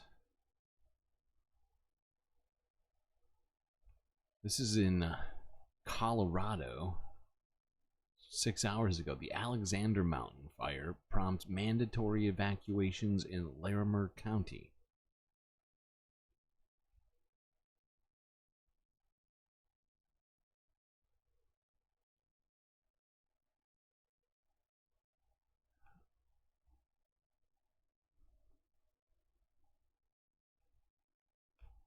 These, again, live pictures coming in from your reporter, Dylan Thomas, quick to get his shot up for us there and show us that one helicopter that is there. We understand that Air Tanker 10 from Colorado Springs, we have confirmed, is one of those that has been ordered up into that area. They got to get fueled, they got to get loaded up and off the runway and off the ground and headed toward this fire, which is now being called the Alexander Mountain Fire. Why?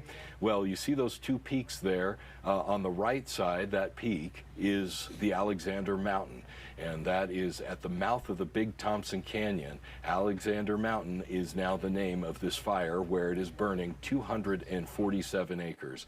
We have asked our copter to launch and head out and get pictures. It is waiting to do so for weather conditions to be more prime. They are on standby, but we have crews that are heading to all of these locations so that we can tell the stories as these folks are being asked now to mandatorily evacuate their homes in this area, reminiscent of what they saw, they said, back in 2020.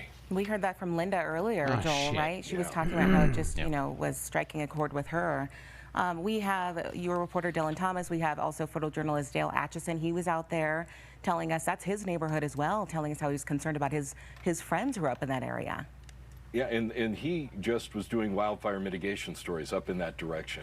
And so he was trying to get a hold of friends that he has in that neighborhood, and he was not able to do that. Yeah, Joel, we're taking a look at these pictures. I don't know if you see it right now. It looks like they're making maybe one of the first initial fire drops of the fire retardant onto that fire right now. We just saw that from a plane just a few seconds ago here.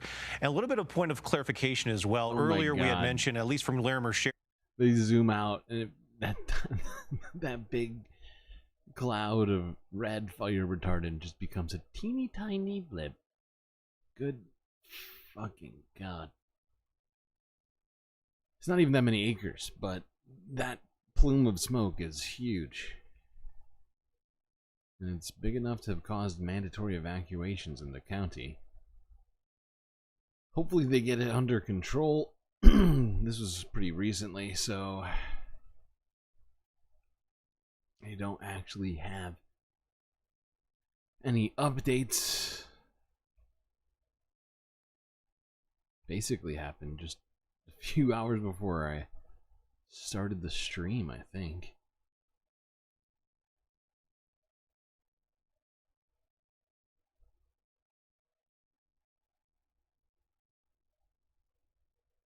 Now let's go to Tennessee,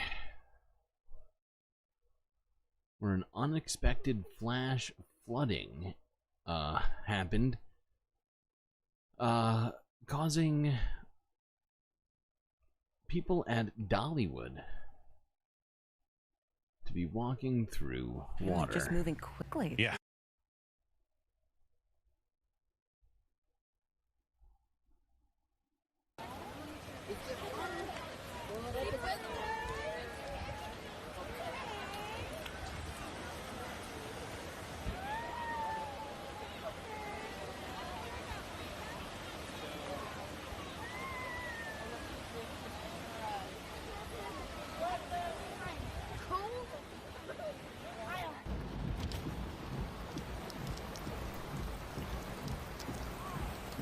Damn.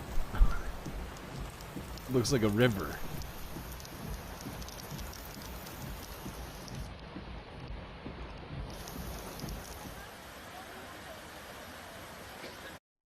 It's very unfortunate. You go to see Dollywood, you just want to hear Jolene.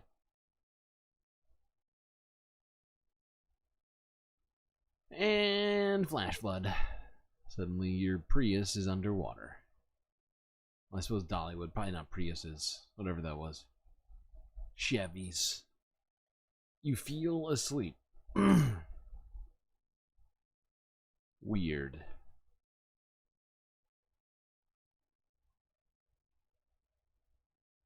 And yet you are awake enough to type the message, so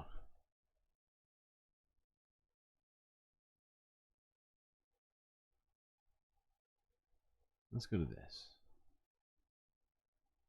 Let's go south to Grenada. If you recall, Grenada weeks ago was hit by Hurricane Beryl, absolutely devastating the nation,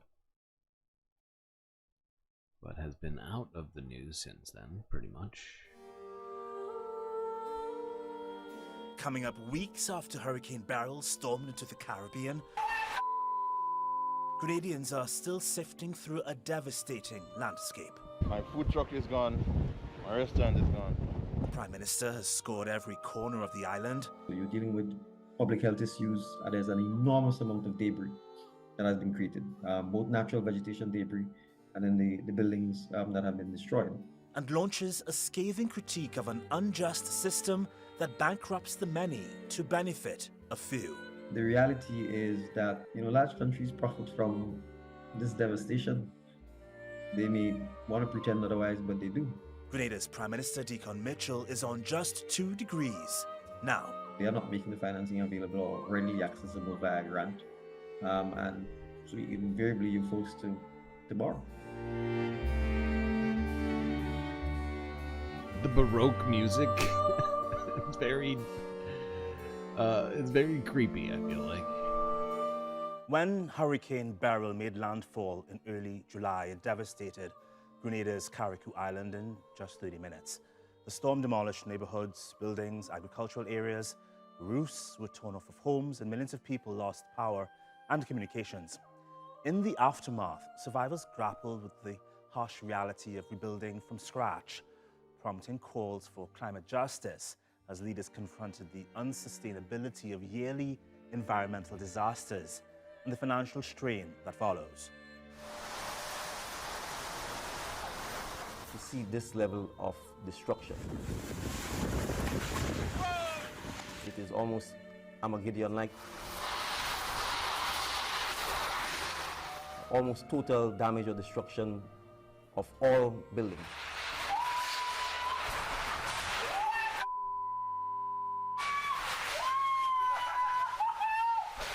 I mean, look at that. That was somebody's house. Look at my house. As you can see, as the people can see the video, the whole of Carriacou is flat. Everywhere. Destroyed. The whole waterfront. Just trying to see what we could do to survive, be like a family here, because everybody needs to lean on everybody right now. Yeah. My house is gone. My mom's house is gone. My food truck is gone. My restaurant is gone. I don't know right now. I told my son to call all the family in England. Tell them we are alive. We have to keep the Wi-Fi on. We don't know where we are going from here. We need help. We really need help. Yeah. And the thing about all of this is, and what the Prime Minister comes on to essentially say, is that, Western nations, countries with big GDPs and defense budgets and all this other stuff, are the ones who are destroying the environment, the ones who are profiting from the destruction of the environment, from fossil fuels and from all these other things, while tiny places like Grenada, who especially in Grenada, rely on tourism and other sorts of things like that, are just left to pick up the pieces after the fact with very few resources. And it's just,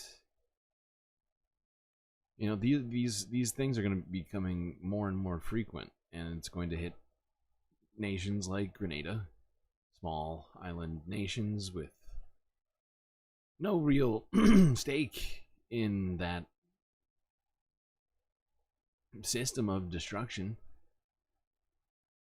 which multinational companies are profiting from.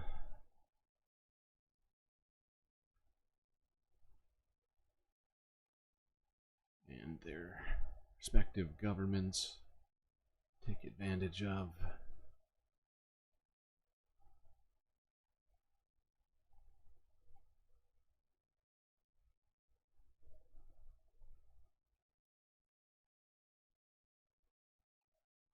think there's a couple parts in here. It's like a 30-minute long. Sorry. I'm just sitting here talking while try and line this up with these spots.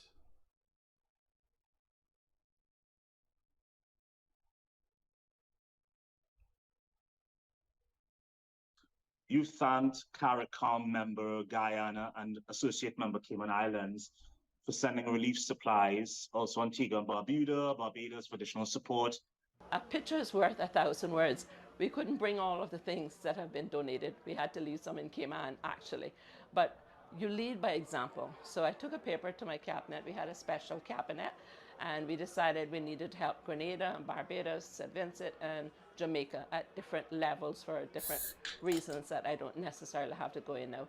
And so what we did, I got immediate unanimous response from my cabinet team.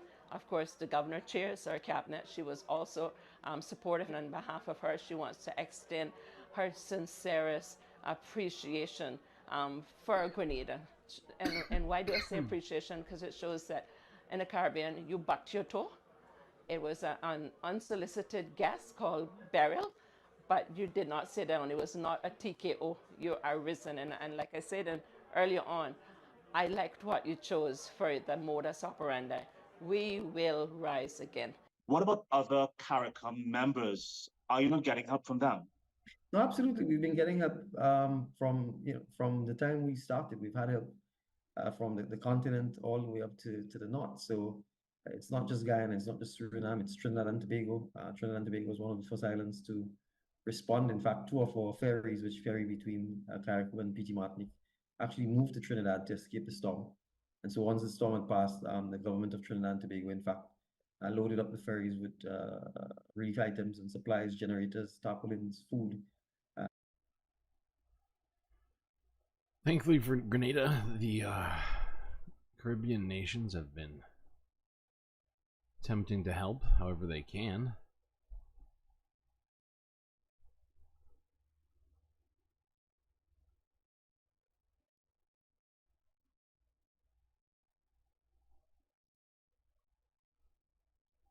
Uh-oh, my software is lagging. Come on. Come on! Ridiculous. Alright, we'll just watch more of this while it catches up. We were able to take that to Grenada and ultimately to CARICOM and PT Martinique as well. Our brothers and sisters in Martinique and Guadeloupe, we've had barges showing up, providing relief supplies and so on. I was only able to go to St. Lucia initially on the Tuesday after the storm passed on the Monday afternoon into the night via helicopter provided by the Prime Minister of St. Lucia. Dominica has donated $1 million EC to our cause. So, all of the islands have chipped in and contributed in one way or the other. Turks and Caicos also contributed. So it's been a complete and total CARICOM affair. Our brothers and sisters in Venezuela has also contributed. We've had donations from Canada, the United States, China. Some of it comes through the international donor agencies that operate on the island, whether it's the Red Cross or Samaritan.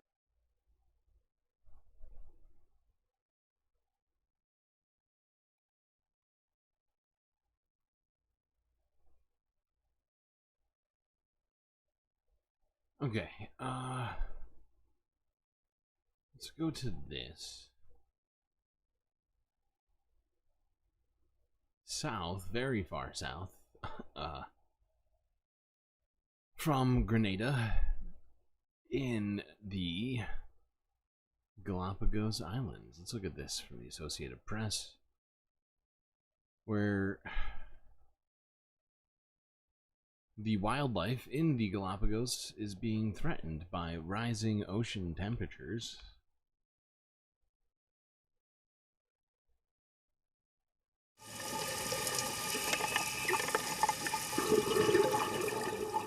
The effects of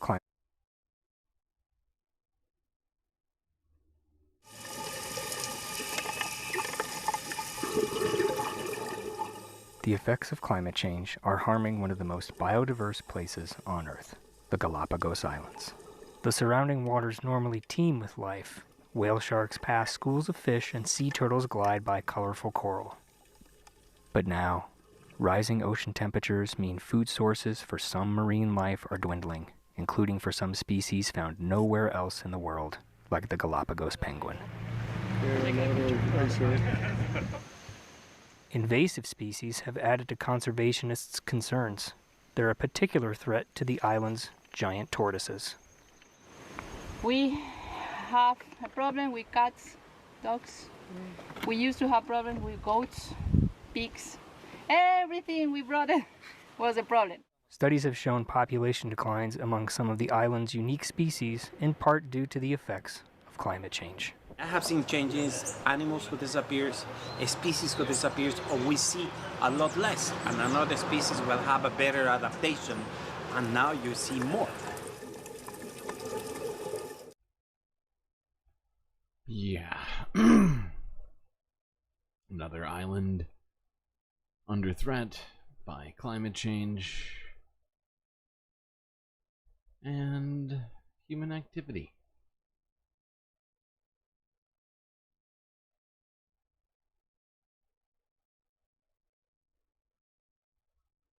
All right, now we're going to stay.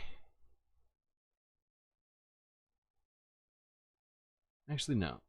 I take that back. No, we're gonna go to. Let's go to Iceland. Yeah. Sorry, I got my wires crossed over here. Yeah, let's go to this. CNN from 8 hours ago, where apparently in Iceland a glacial flood broke a bridge,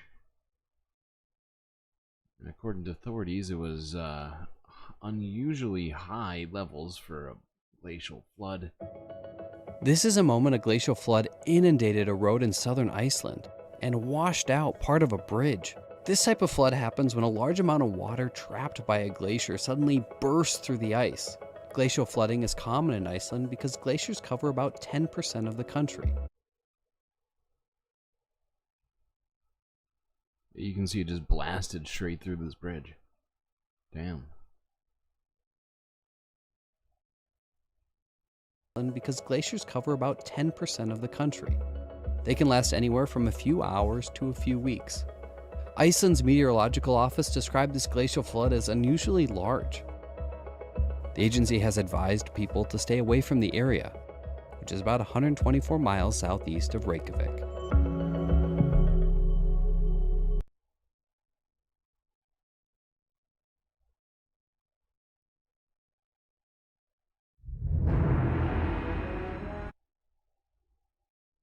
Okay, what time is it?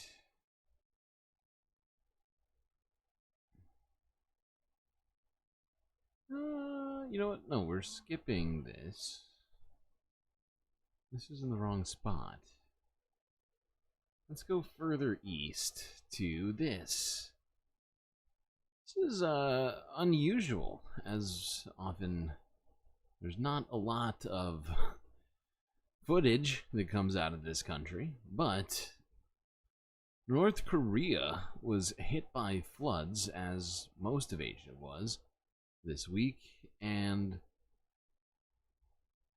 pictures came out showing Kim Jong-un supervising evacuation work.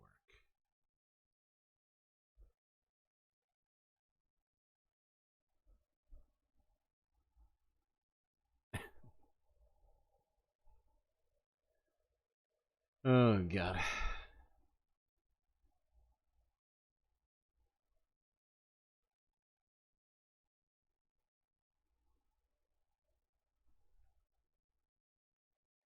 It's weird.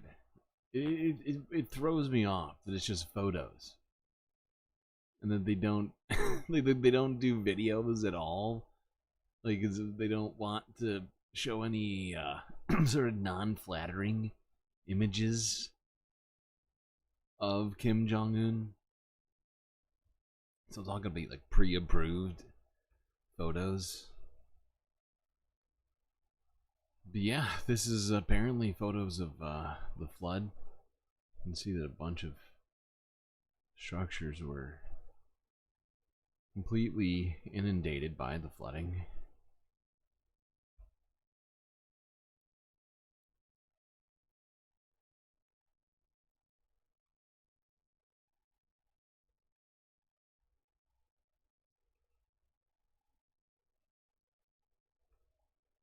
Let's go a little bit more east here to the Philippines. They got hit by Typhoon Gaimi, and we talked about this story when it happened. There was a tanker which sank in the ocean surrounding the Philippines. This was an oil tanker, and that has now sparked fears around potential environmental catastrophe, as oil is apparently leaking out of the tanker at a rapid rate. Now, fears of an environmental catastrophe in the Philippines are growing as oil from a sunken boat continues to leak into the ocean. The tanker sunk in bad weather off Manila on Thursday, killing one crew member and creating the risk of a major oil spill. Oil smears the ocean off Manila's coast. The fuel is spilling from a sunken tanker which went down in rough seas last week. Some of the roughly 1.4 million litres of oil on board is leaking out. Coast Guard teams have been using sprays which help break down the fuel. Crews plan to siphon the rest of the oil from the vessel's hold on Tuesday at the earliest, but divers are attempting to seal leaking valves first. Local fishing crews want the government to hold those responsible to account. The problem we have is that the oil is spreading across the ocean. I hope the government finds a solution right away. It's a big loss for us fisherfolk. We are very worried for our livelihoods because all of the fish that we've been taking care of might die. The Coast Guard is calling for the suspension of fishing in Manila Bay to prevent people eating contaminated fish. It's warning of an environmental catastrophe if the sunken ship's entire cargo were to leak. And we can get more from Jessit Oanano. She's a Filipino environment and climate journalist who is based in the capital, Manila. Welcome to DW. Now, we hear that the Coast Guard's plan to deploy floating barriers to stop this oil from reaching the shore has failed. So can you explain to us what this means, both for the city of Manila, but also, of course, for all the marine life off the coast? Sure.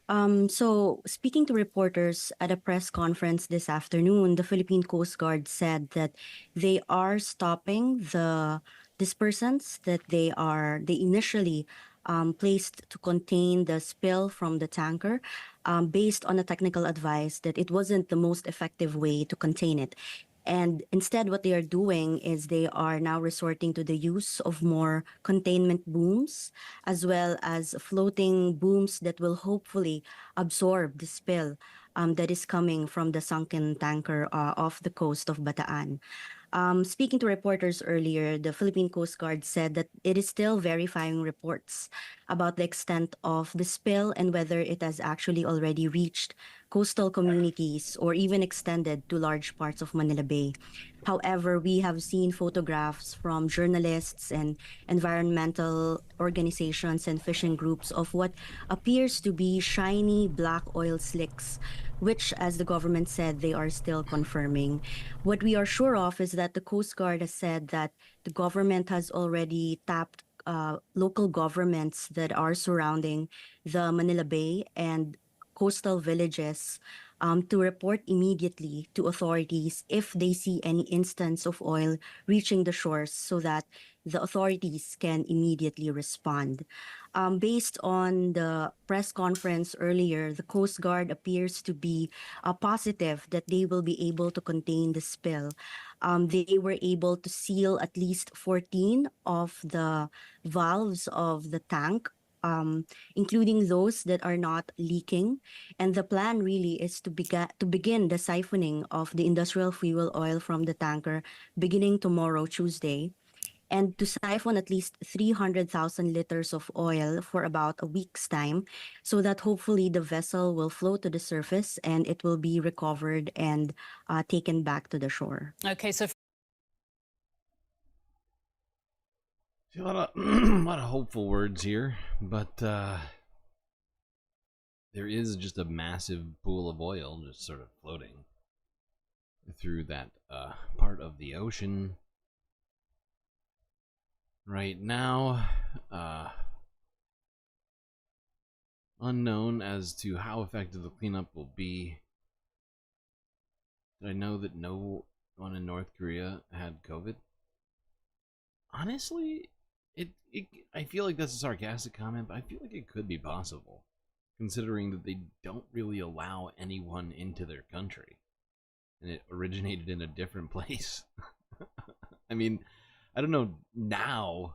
I feel like maybe at this point they've done enough, perhaps, things.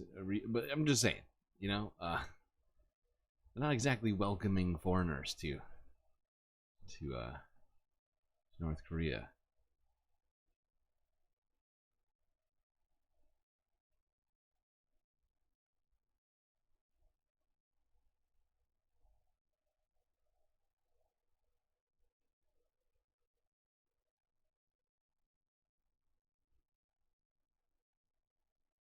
You assume they just shot anybody with COVID? Oh God, that is dark. That is dark.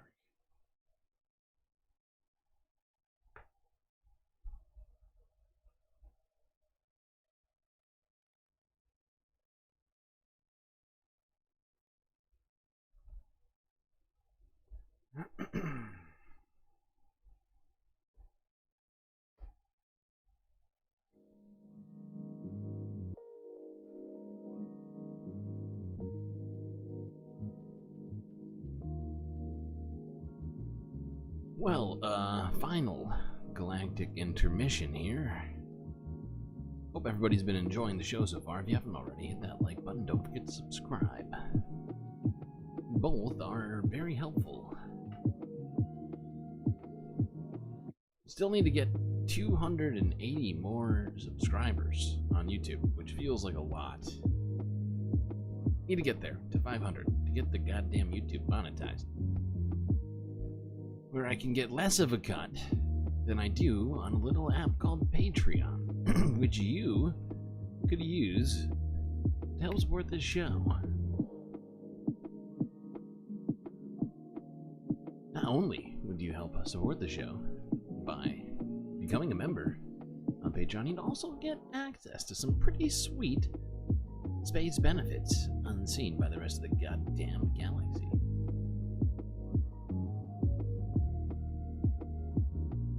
That's right, you could help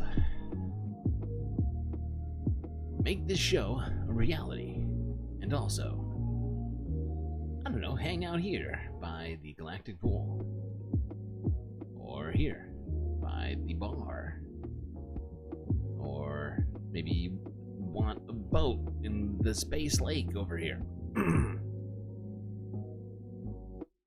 Maybe you just want to be chilling on the street.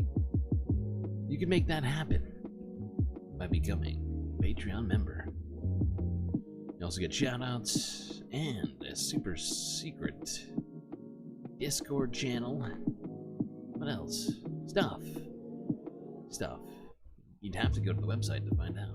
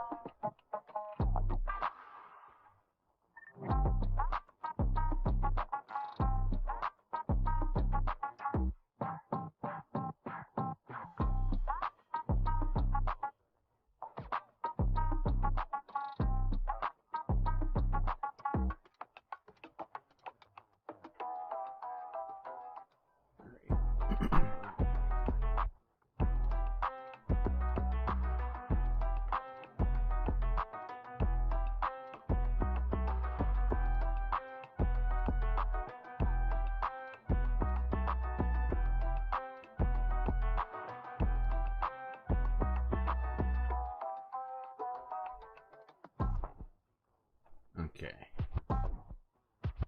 It's that time again. Global news.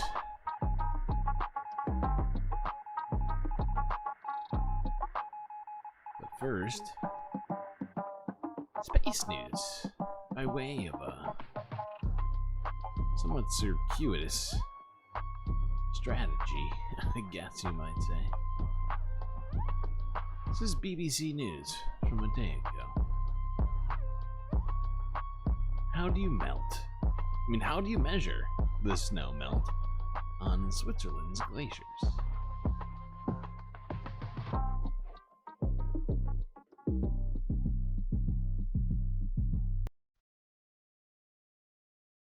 Snow, icebergs, glaciers, continental ice sheets. If it's white and cold, it's part of the Earth's cryosphere.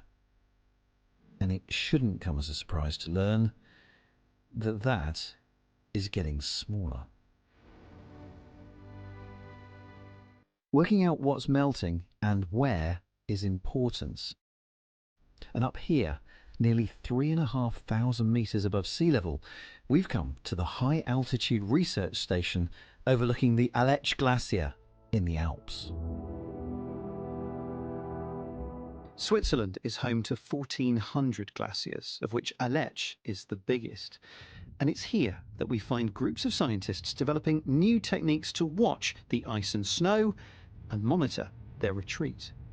Glaciers are water reservoirs that we have, which is important for groundwater repletion. I think this is an important fact. But also, if you lose this mass, you have instability in the mountains, so you have more landslides ongoing, more erosion. It is also a cause of natural hazards, avalanches, if there's a lot of snow, and rock falls, and similar things if there's not enough snow and the ground destabilizes. A very important one in terms of the energy transition is the hydropower generation. Hydropower generation uses the water that runs down from the mountains, and that if there is not enough water, they cannot generate enough power. And if there is a lot of water, a lot of snow, they actually need to know this in advance to plan the generation. For all this, we of course need to know where the snow is, because that is the water of the future. Yeah, that does sound important. I wonder how they measure it.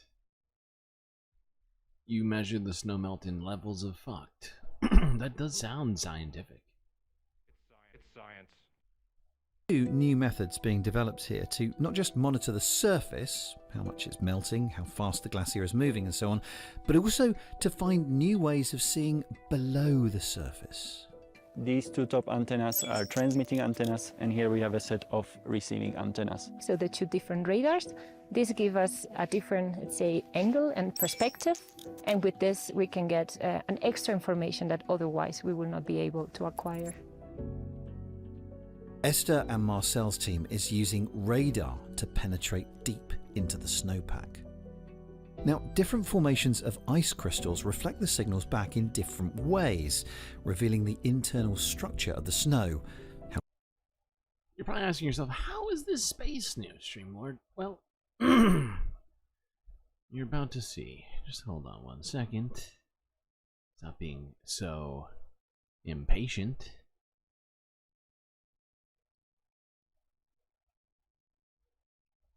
On the ground, you can only see so far. To get a wider view, you need the second method and go even higher up than this. The space measurements are needed to cover the area. It is simply impossible to cover a large area like the entire Alps with ground-based measurements. Conrad's project is training an AI system to predict what will happen to the snow next. The system has been trained on images from ESA's Sentinel-2 satellite network. These are a mix of optical photographs that we'd see with the naked eye, images in the infrared, and some created using longer wavelength radio waves like Marcel and Esther's ground-based system. So what our model effectively does is it creates a time series. The satellites pass over every couple of days, and it's like a very slow motion video of the surface, and we acquire this video and process it. In our case, we have a local snow depth pattern, and we want to predict, with the help of the sequence and also the new observation, what will be the next snow depth pattern. Cool. So yeah, using satellites to help monitor, measure, and predict snowmelt in Switzerland's glaciers. Cool, cool. Thank you, Space. A little, yes, a little less yodely.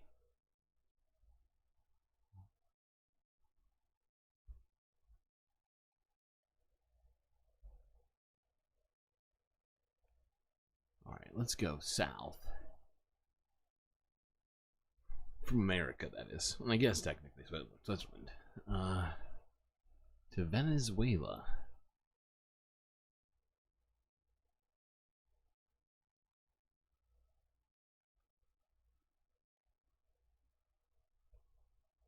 If you haven't heard, there's an election going on in Venezuela, which just ended. Nicolas Maduro has been declared the winner.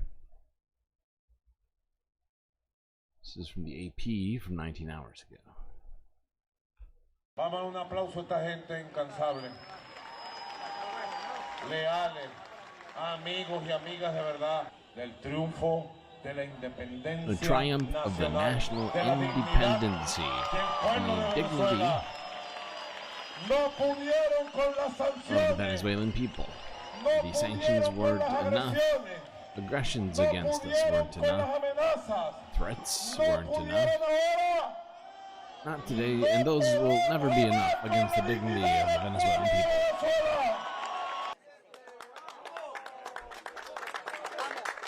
Queremos decirle a todos los venezolanos y al mundo entero que Venezuela tiene un nuevo presidente electo y es Edmundo González.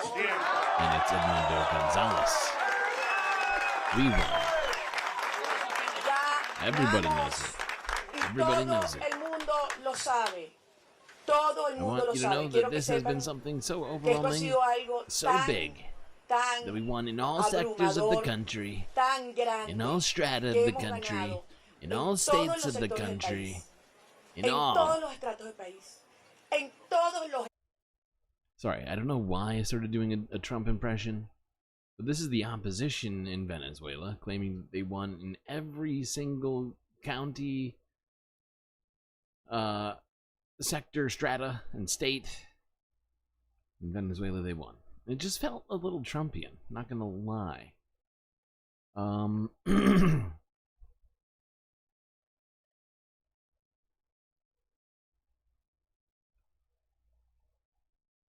Let's go to this. So slightly after that, this is from 9 hours ago, Associated Press. On the same thing.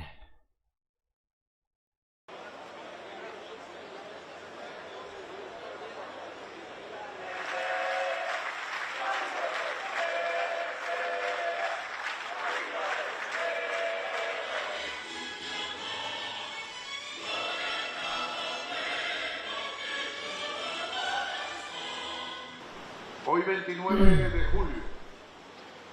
Today, on the 29th of July, we are called to the act of proclamation of the President of the Bolivarian Republic of Venezuela, elected by the will of the sovereign people, Citizen Nicolas Maduro Moros, in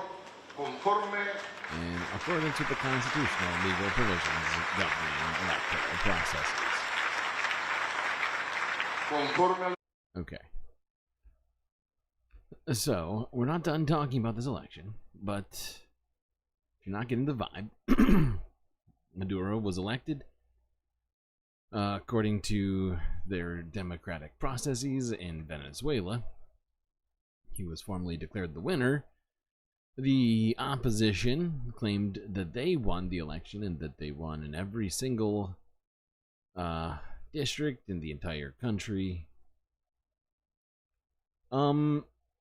Here's Anthony Blinken. He had some stuff to say about this election. This is him from 14 hours ago, talking about his serious concerns.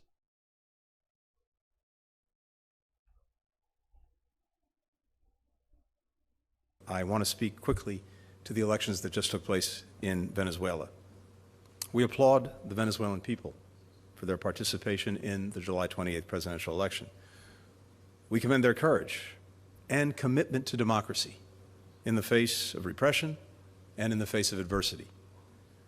We've seen the announcement just a short while ago by the Venezuelan Electoral Commission.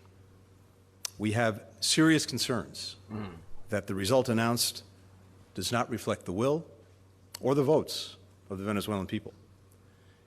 That's weird.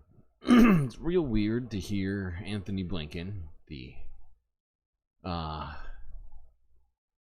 guy who works in the U.S. government, being concerned about the will of the Venezuelan people. If you're not familiar with Venezuelan-U.S. relations, over, I don't know, last what, 3 or 4 decades, there's been at least 2 or 3, I can't remember exactly how many, 2 that I can remember for sure right now. One that only happened 4 years ago. U.S.-backed coups. Actual coups. With U.S., what do you call them? Not military. It's the, quasi-military groups. I can't think of what the name is right now. Mercenaries. U.S. mercenaries in 2020 were arrested in Venezuela for attempting a coup in the country. So it's weird. Because the thing is that if you look into that coup, you find that the person who was in charge of the company involved in that coup, who is still in charge of that company, it's not like the organization is gone now, is actually friends with a Trump administration official who was in office in 2020. It was actually a DOD official. So it's a lot of U.S. criticism of Venezuela is weird, especially because we have sanctions on the country for not giving us oil, or at least not doing what we want, letting U.S. drillers in there. You wish Anthony Blinken cared more about Palestinians? I think we all do. I think we all wish that.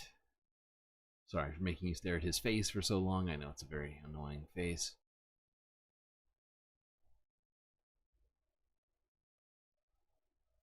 Now, let's look at this.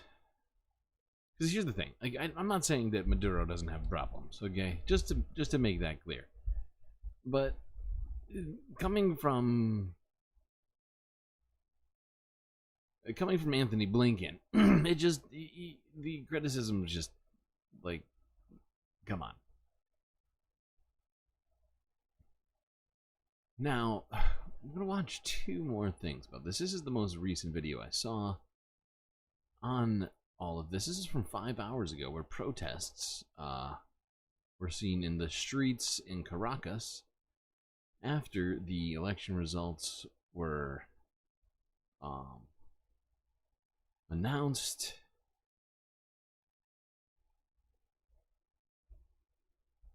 I'm going to take you straight to some pictures from Caracas. We're looking at pictures of the riot police who've just taken to the streets in the capital. We've been watching for the last hour, actually, more and more people coming out onto the streets of Caracas. We've seen tyres being burnt on the bridges. We've seen a motorcycle rally going through the city centre. You can see there some of the protesters out on that bridgehead there, throwing stones at the riot police, and we were warned earlier in the programme that there would be more unrest over the election results over the weekend. Nicolás Maduro declaring himself the winner of the presidential election. The government-controlled electoral authority claimed Maduro won 51% of the vote, compared with 44% for his rival, the former diplomat Edmundo González Urrutia. But it's been met with some skepticism in Washington. We have serious concerns that the... Hold on. You aren't going to watch this whole thing from BBC. Figured, go on to this. Actually, was there one snippet in here?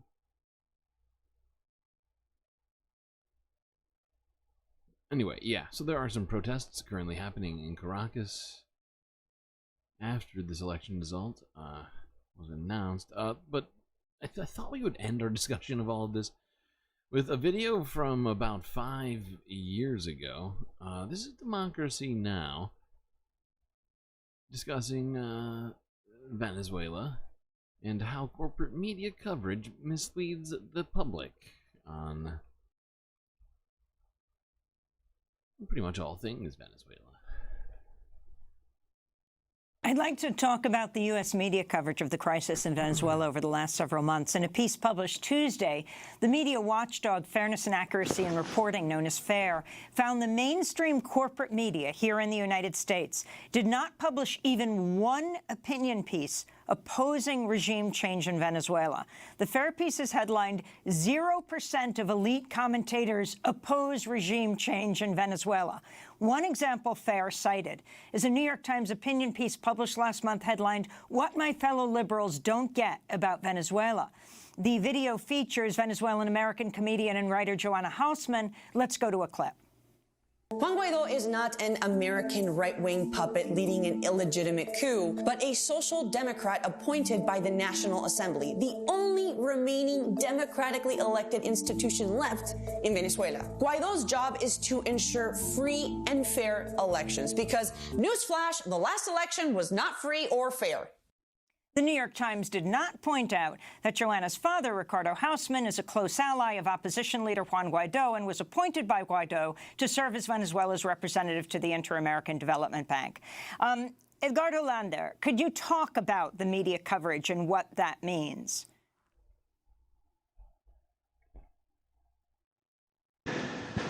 Well, it's obvious that the corporate media has been following U.S. policy, and this isn't new. I mean, it happened during the Iraq War, it's happened in Libya, it's happened in all over the place.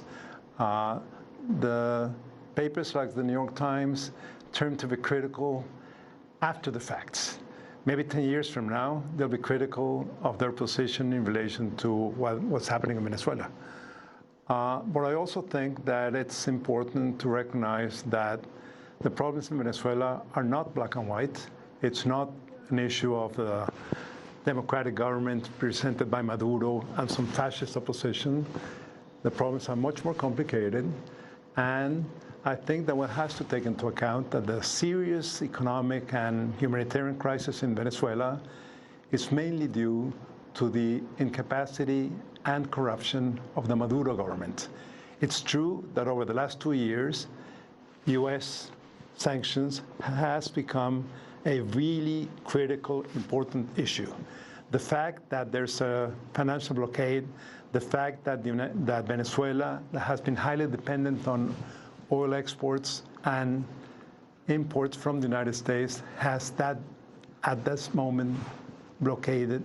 The fact that the Venezuela has no access to foreign credit, the fact that the central bank has been prohibited in dealing with dollars. And there's a whole range of sanctions that is having a huge impact on the Venezuelan economy.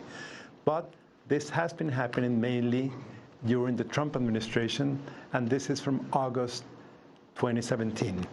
But the economic crisis in Venezuela started way before that. The decay of the Venezuelan GDP, the decay of public services, the lowering of living standards, the limited access to what used to be the main achievements of the Venezuelan process during the first decade are all things that were happening before the sanctions. So we have a combination of a very incompetent government, an extremely corrupt government, an increasingly authoritarian government on one side, and on the other side, we have this opposition backed by the United States with this constant threat of intervention. So we need to find a solution in which there is a possibility for the Venezuelan people to have a say and decide what they want for their country in a non-violent way. Cool. Yeah, and I would also say that non-regime change is the way to go with relation to Venezuela.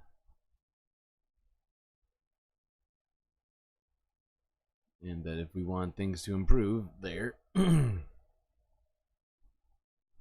not sure that the tack we've been taking is the one that we should be continuing to take.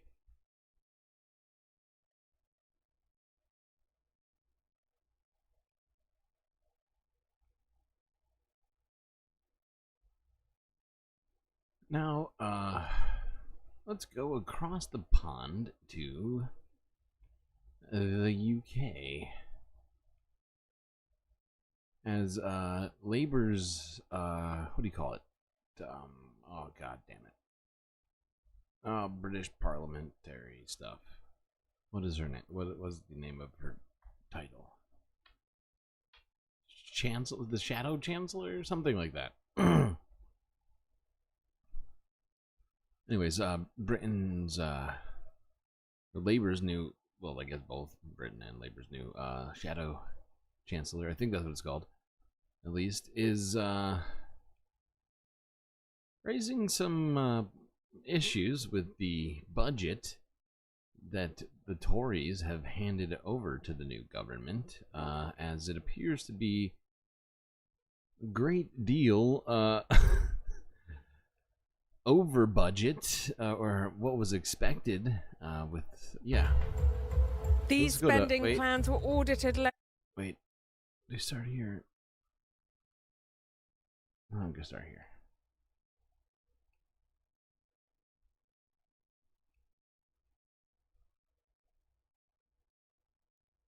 This is Channel 4.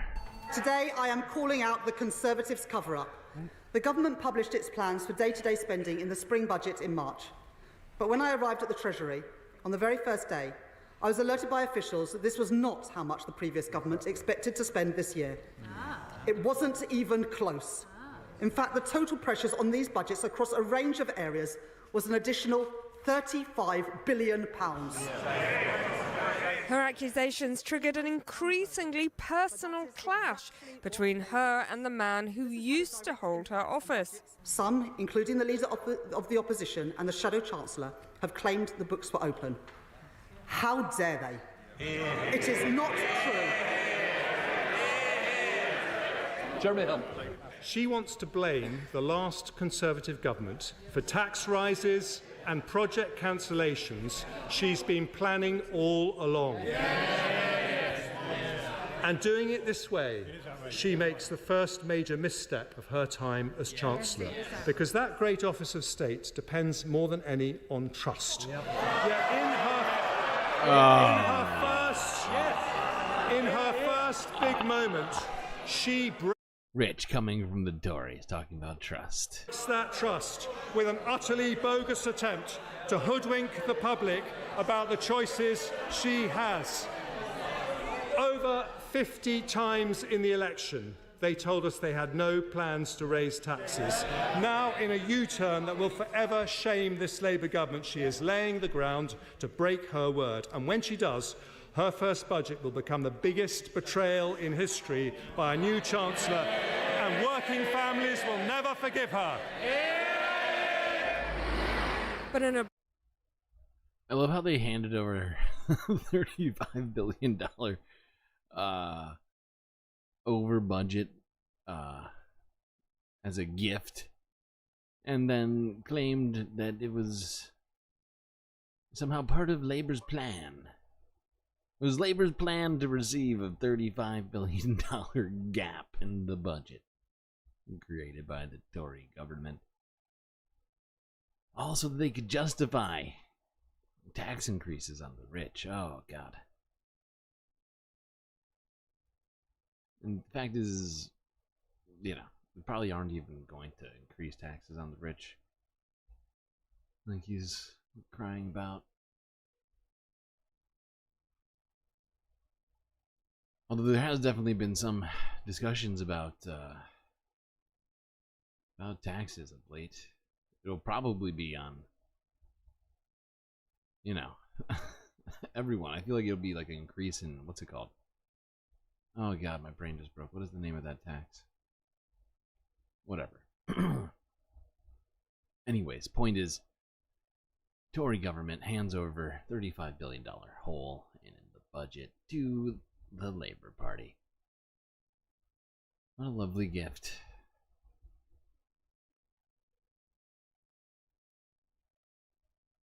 Alright, let's go on.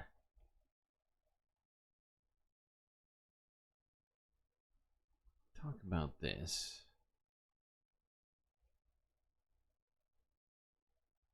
Yeah, just go a little bit south here to Spain. Been talking about the protests in Spain for, you know, on and off for at least a few weeks now.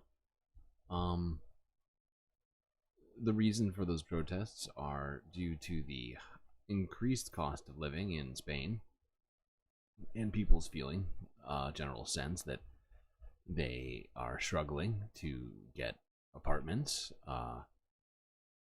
They have been blaming people like Airbnb and those who are taking advantage of the system, and that they are essentially taking away housing from people from Spain to give it to tourists. And they have been protesting a bunch about that lately. Let's look at this from Reuters from 6 days ago, showing the difficulty which some Majorcans are living in as tourists snap up housing.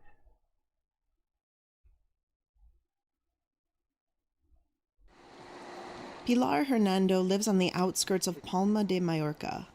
Her home is a caravan and she showers at the local sports center. The 45-year-old has struggled to find work and says she cannot afford rental prices, which have risen significantly on the Spanish holiday island, partly due to a tourism boom. Everything goes up. Prices go up, rents go up, everything goes up. Everything goes up except the salary. Hernando is one of a number of Majorcan residents living in caravans parked in makeshift camps. Many have been priced out of the housing market by landlords preferring renting to tourists, often via apps such as Airbnb.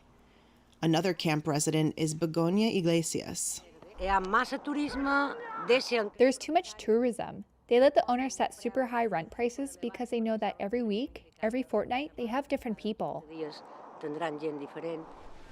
Spain received 33 million international travelers up to May, 14% more than the same period in 2023. In the past decade, rental prices have risen 158% on the island, according to property listings website Fotocasa. The trend has led to protests on the island as well as other parts of Spain. Last Sunday, about 10,000 protesters took part in a rally against mass tourism in Palma de Mallorca. While local authorities have provided a recycling system for the caravan sites, residents say there is only one place on the island to dispose of sewage. Yeah. The fact is, I feel like we see these sorts of stories all over the place, and in different ways they they materialize.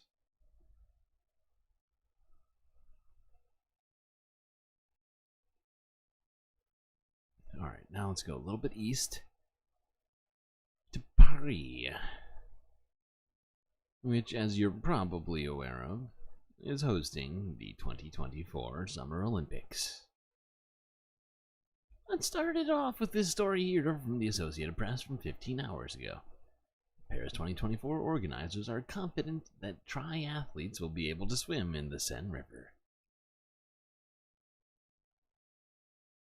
which is definitely not filled with poop.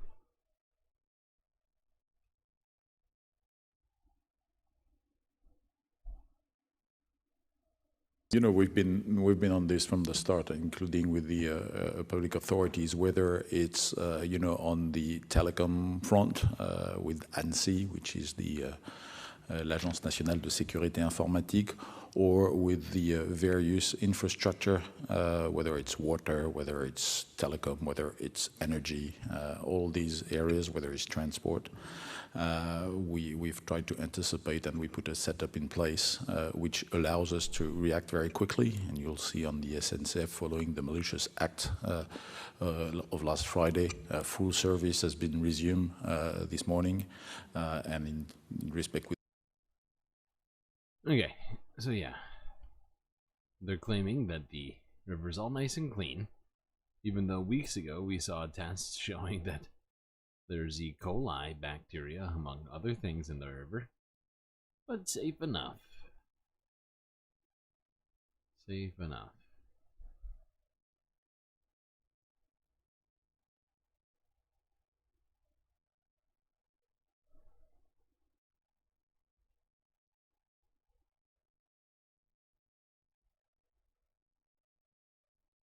Oh boy, we are at this point now. Let's look at this. This is the Outrage Olympics. An individual who I think most in chat will be familiar with in a sort of unfortunate kind of way, by the name of Andrew Tate, came out competing for the Outrage Olympics in person with his little bro. I'm sure you can't imagine what it is that he's protesting today. Mostly because you'd have to be an insane person to have gotten upset about this. But thankfully we have Andrew Tate for that. Here he is protesting the quote-unquote Last Supper parody at the Olympics opening ceremony.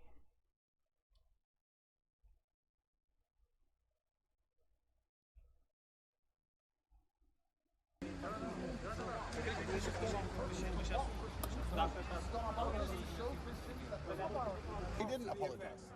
Boycott the Olympics for all the worst They're reasons. not sorry. This was signed off on.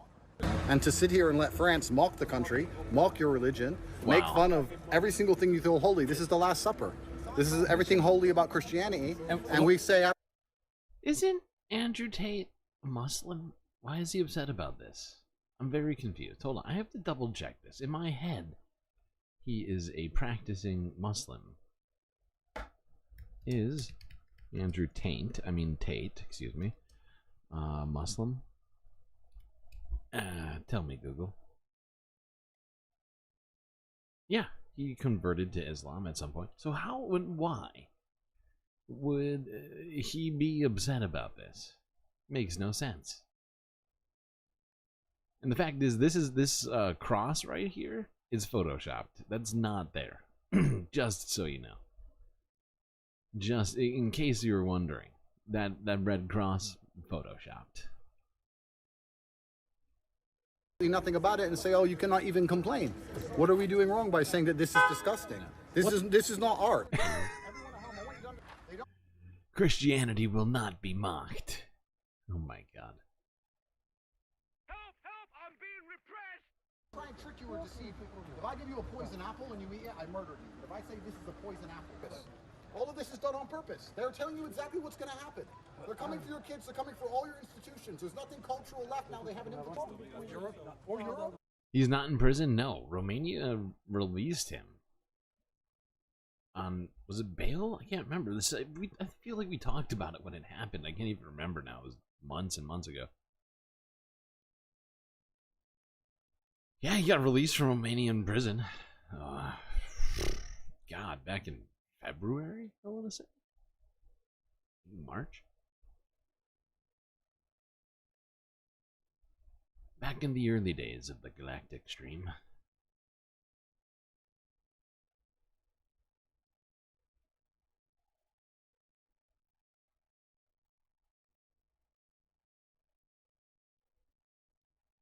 Is there anything else that he says? No. Hold on. Let's go to this. And before we do that, I forgot to bring this up.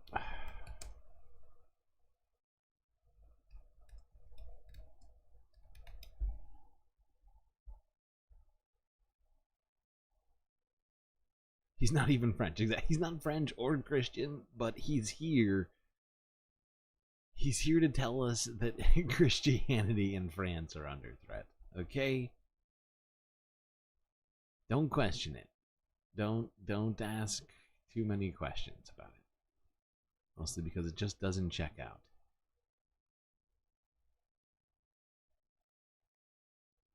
Okay, now the thing is, the video has now been taken down. Okay, but there is this. Here's the actual original photo before Andrew Tate got his hands on it and started photoshopping.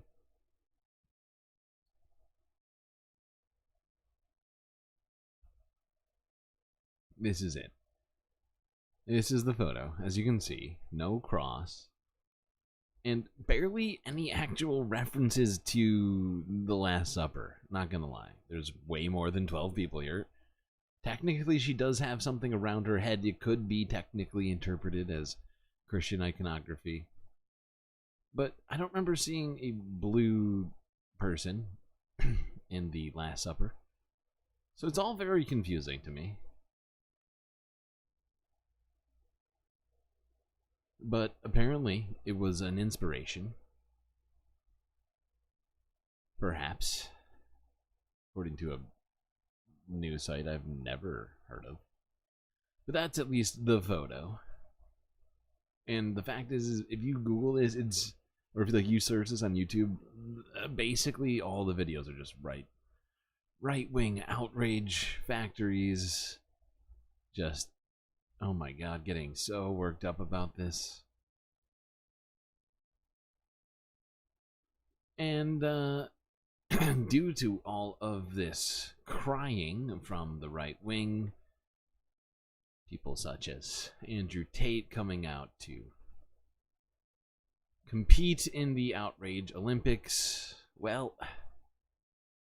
this happened directly after these protests started. Here's The Guardian from a day ago, where Paris Olympics organizers came out to apologize for the opening ceremony's unintentional Last Supper parody.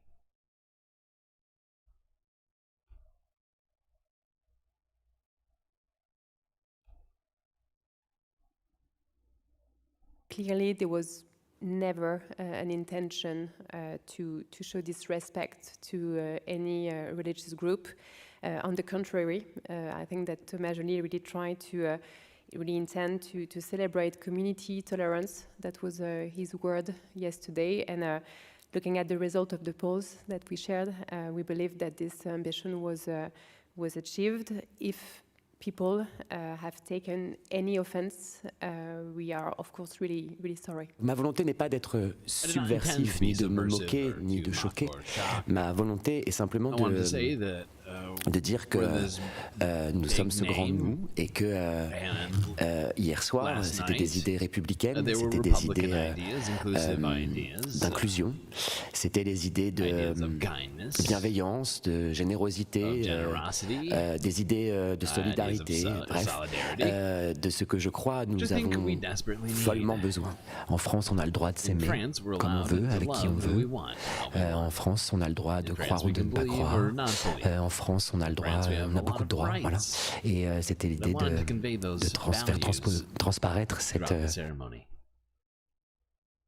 But yeah, as you can see, the IOC had to put together an entire press conference because of the cries of people like Andrew Tate on social media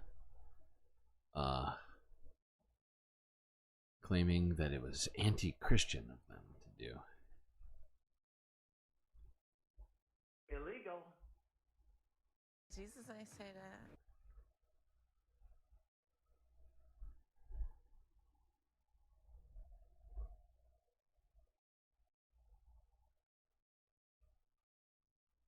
Okay. Let's go to this.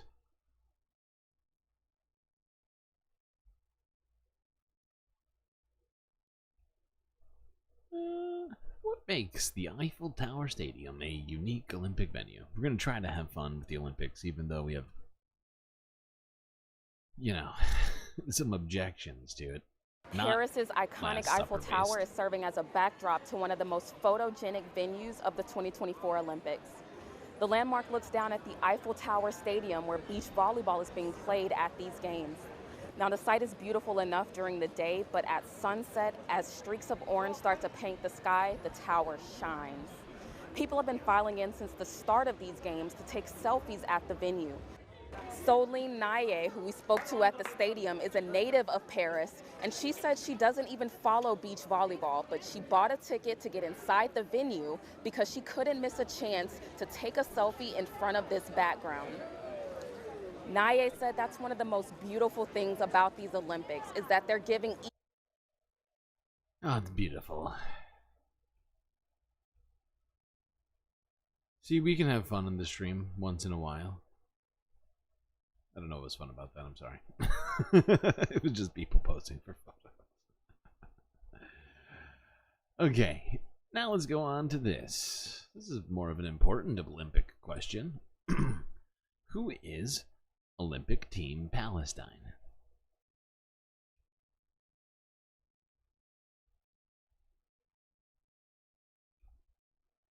Who is the Palestinian team at the 2024 Olympic Games?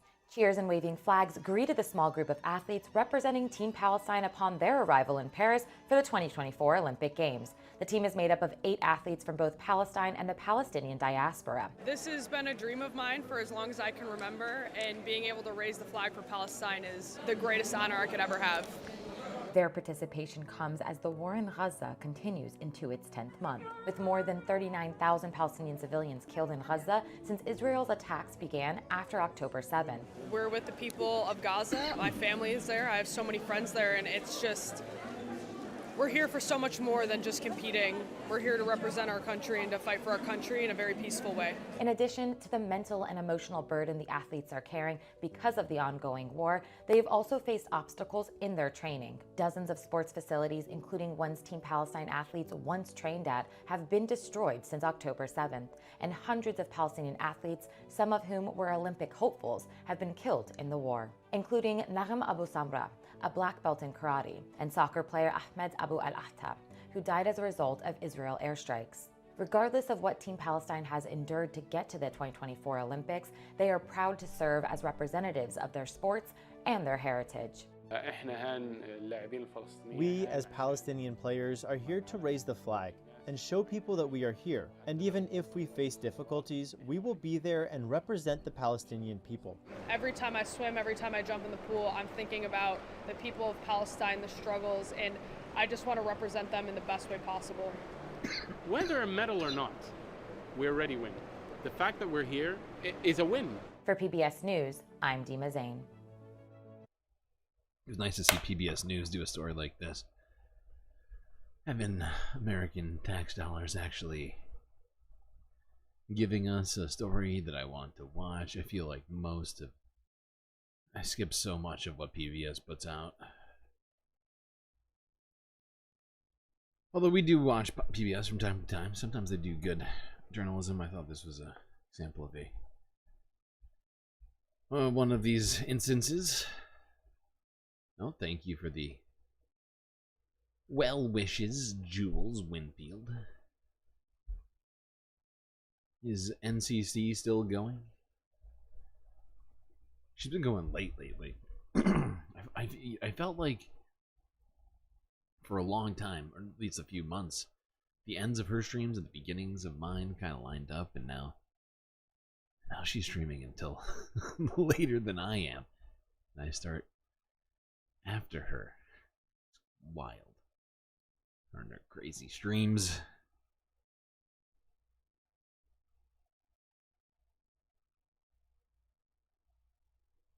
Alright, what else do we have to talk about here today? Oh, she started late tonight. Okay. Okay.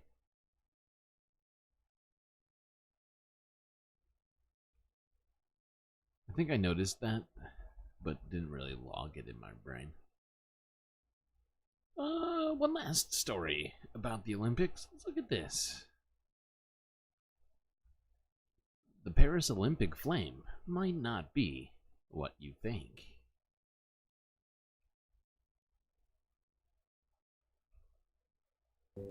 You're looking live at the Olympic cauldron on this day 3 of Paris 2024, and it will, of course, remain lit for the entirety of the Games. But there is a key difference from past years. Heather has more on the cauldron and its significance. After that stunning conclusion to the opening ceremony, we had to come here to see this for ourselves and to show it to you up close. There is the Olympic cauldron. This is what the two legendary French Olympians lit, and we watched as it rose into the night sky, carried aloft by a hot air balloon.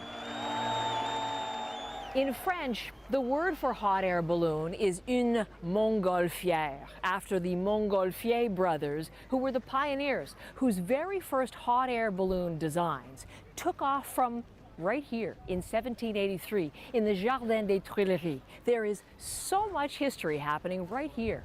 The cauldron itself, let's take a closer look there. It's a flame within a ring of fire. For the very first time, it's not burning fuel. That is a 100% electric flame. 40 LED spotlights illuminating a cloud of water vapor created by 200 high-pressure misting nozzles.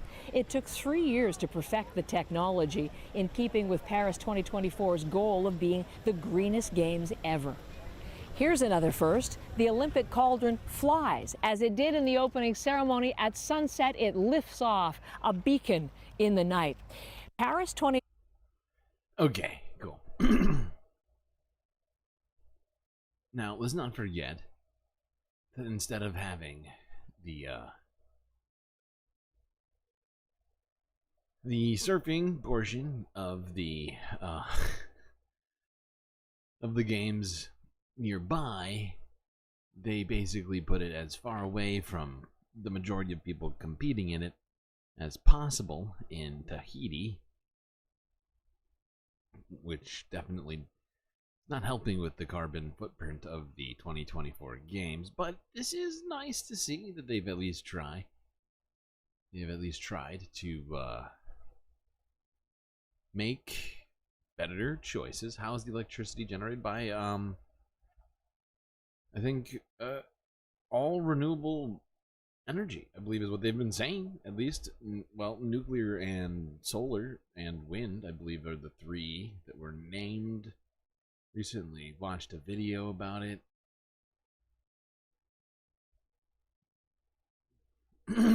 Wow, seems like Snakes has some very strong opinions about the French. You're jaded? I think we're all a little jaded. Especially considering all the things that we go through just on this stream. I feel like it's easy to get that way. Shake it out. Shake out the jadedness. That should help.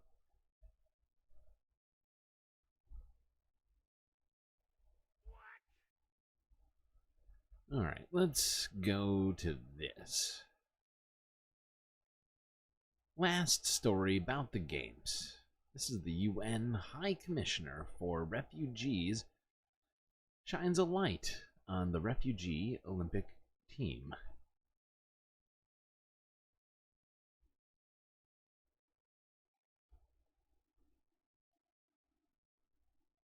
The Olympic Games are an important opportunity to push for some good values to become more accepted worldwide.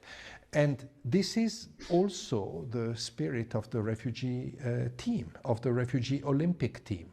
Like I said, it's a symbol of inclusion, of equality, of achievement for a large community around the world, that of refugees, of displaced people, that is often subjected to the contrary, to discrimination, to pushbacks, and to exclusion. Refugees, like any other young people, like to compete and win medals and get enthusiastic about being part of a sports community. But it is also a moment in which people that have often lost everything can gain back dignity, identity, and give back to the communities hosting them, in this case through athletic performances. Et s'ils peuvent me ramener une médaille, ça serait encore top.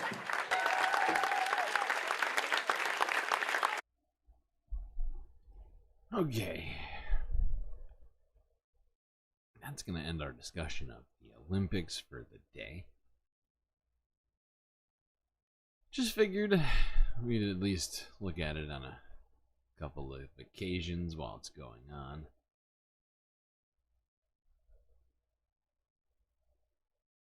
Fact is, I'm just getting recommended so many stories about the Olympics, dude. I'm sure you are too, to some degree. Alright, let's go east to Greece. And this is actually a parallel story to the one we watched in Spain. This is something that I don't think we've even talked about this previously. But this is from Reuters from 2 days ago, where apparently Santorini's locals are seeking a cap on tourism.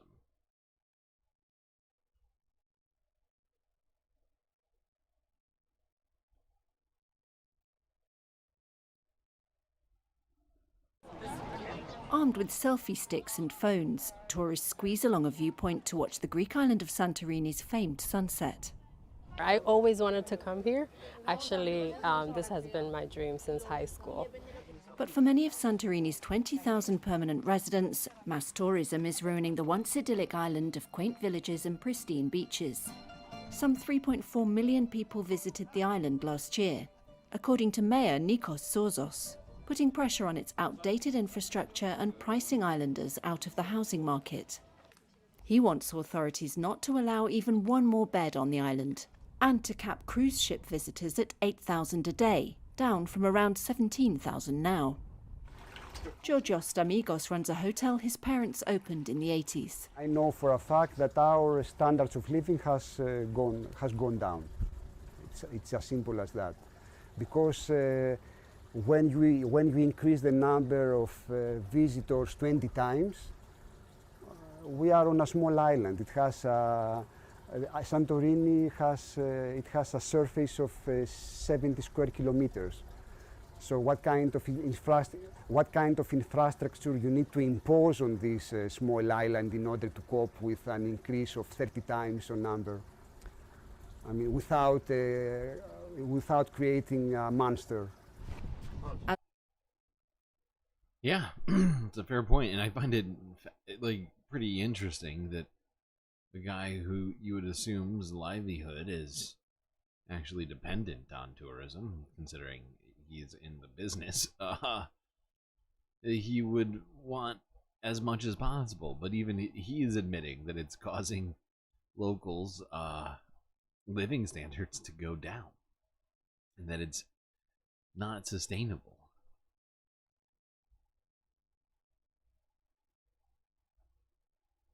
Okay, now let's go way south to South Africa, where apparently there's been some, what do you call it, developments. Let's go to this.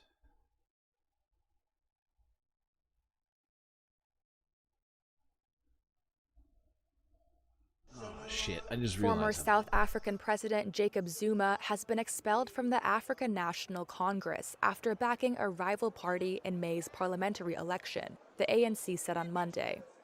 Zuma was suspended from his long-term party in January after announcing he would support the new MK party in the general election. Here's ANC Secretary General Fikile Mbalula. Former President Jacob Zuma has actively impugned the integrity of the ANC and campaigned to dislodge the ANC from power, while claiming that he had not severed his membership. MK exceeded expectations by securing around 15% of the vote, contributing significantly to the ANC losing its majority for the first time since apartheid. In a statement Monday, MK criticized the ANC's process and condemned grave injustices against Zuma following media reports of his expulsion. The ANC won 40.18% of the vote in the election, down. Yeah, and we talked about this election and its historical implications. 56 likes now. See, that's what I was about to say before this. Hold on, let me finish talking, and we'll get to that. The thing is, when we were talking about this previously, we were talking about the historical sort of implications of the ANC losing power, as they had majority of the congressional seats ever since Mandela, right? And that their popularity had actually increased over and over for decades until the reign of Jacob Zuma, who was accused of corruption and a whole bunch of other sort of tawdry and undemocratic type shit. And essentially, he caused, well, at least he's blamed for the ANC losing popularity. And in the most recent elections, they lost their majority in Congress, had to bring in other parties to create a coalition to at least be able to run the government, essentially. But it will force them to make concessions. However, now they've officially removed Jacob Zuma, even though it was pretty much a done deal at this point, as he had joined a different party called the MK party. That party won a number of seats in Congress, but he's still causing sparks right now in South Africa. Okay, let's move along. Stop in Asia. Actually, you know what? We are gonna. This is not necessary right now. We already did a story on this meeting earlier this week. We don't need to talk about this more. Let's go straight to the Middle East. This is from TRT World from 7 hours ago. Flights canceled at Beirut airport amid fears of Israeli attack.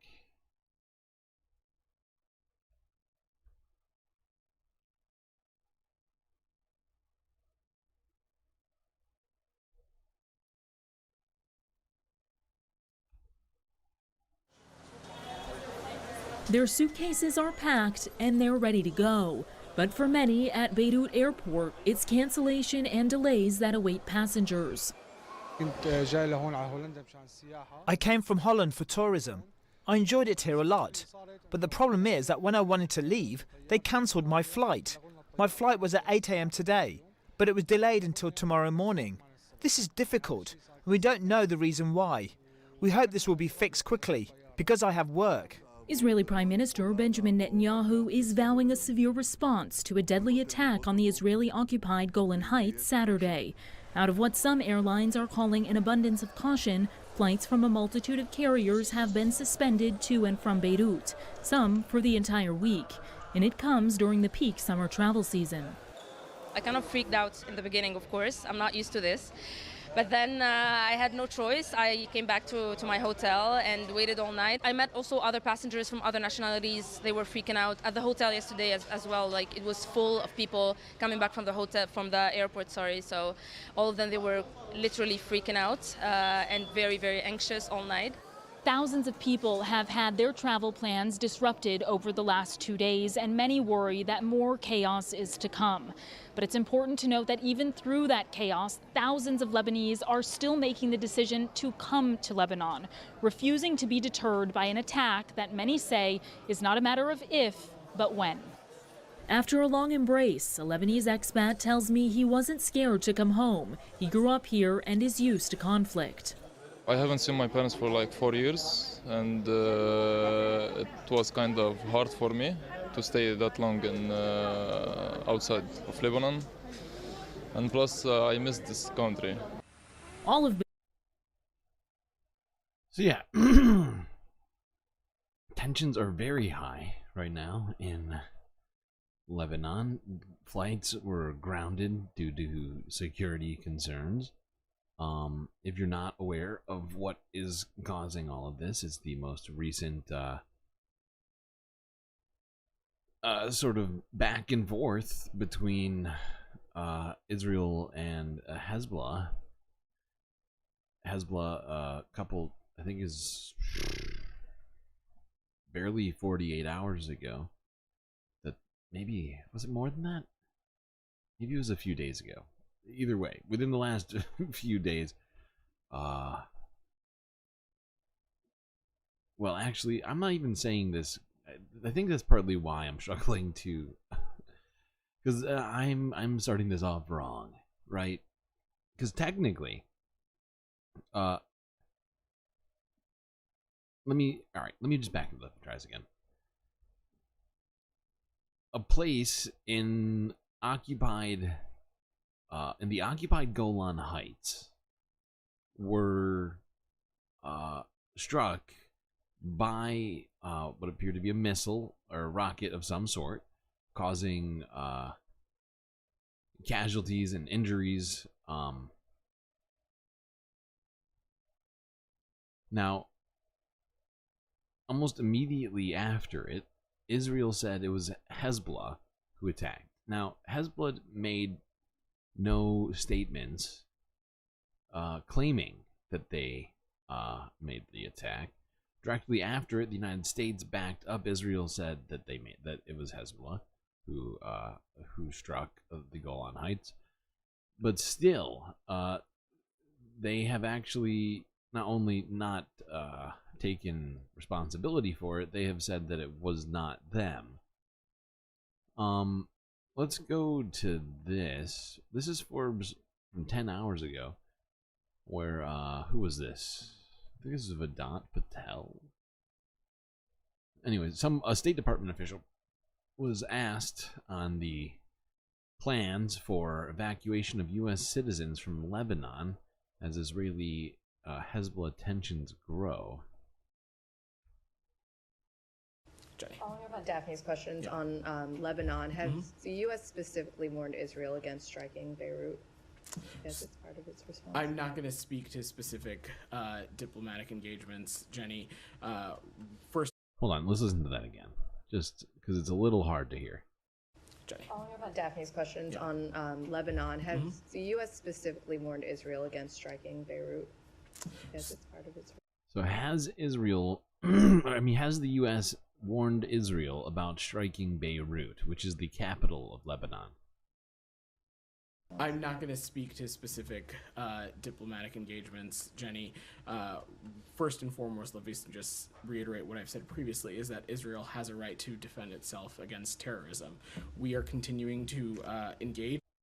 It's a weird answer. It's like, that's basically saying they have the right to strike Beirut, especially in the context of that question, which is completely fucked. We're continuing to seek a durable diplomatic solution that ends all types of cross-border fire, and it makes it possible for those who are displaced on both sides to return home. That is our priority. Does the U.S. consider striking Beirut within the right to defend itself, given the potential for escalation? This is that's just a hypothetical, Jenny. We're not going to get ahead of that process. What we're focused on right now is engaging in a diplomatic conversation with both sides. Our priority is creating the conditions so that civilians on both sides of the borders can safely return home. A number of carriers have canceled flights to Lebanon. How is the State Department preparing to help U.S. citizens who might want to So leave there? we have no higher priority than the safety and security of U.S. citizens overseas. Our message to American citizens in Lebanon continues to be that they should enroll in the Smart Traveler program so that they can receive important messages about the safety conditions on the ground and other considerations and factors that they may have. Oh God, Vedant. Okay. His solution for people in Lebanon who are American citizens is to get an app. Get an app. That's the solution. We're not going to tell Israel that they can't strike Beirut or do whatever the fuck they want to Lebanon. Okay? So just get an app and we'll let you know when that missile is coming. Probably.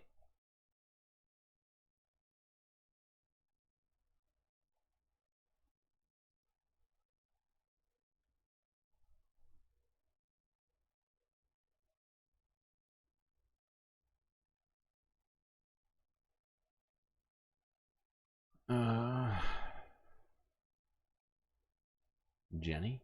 Jenny who?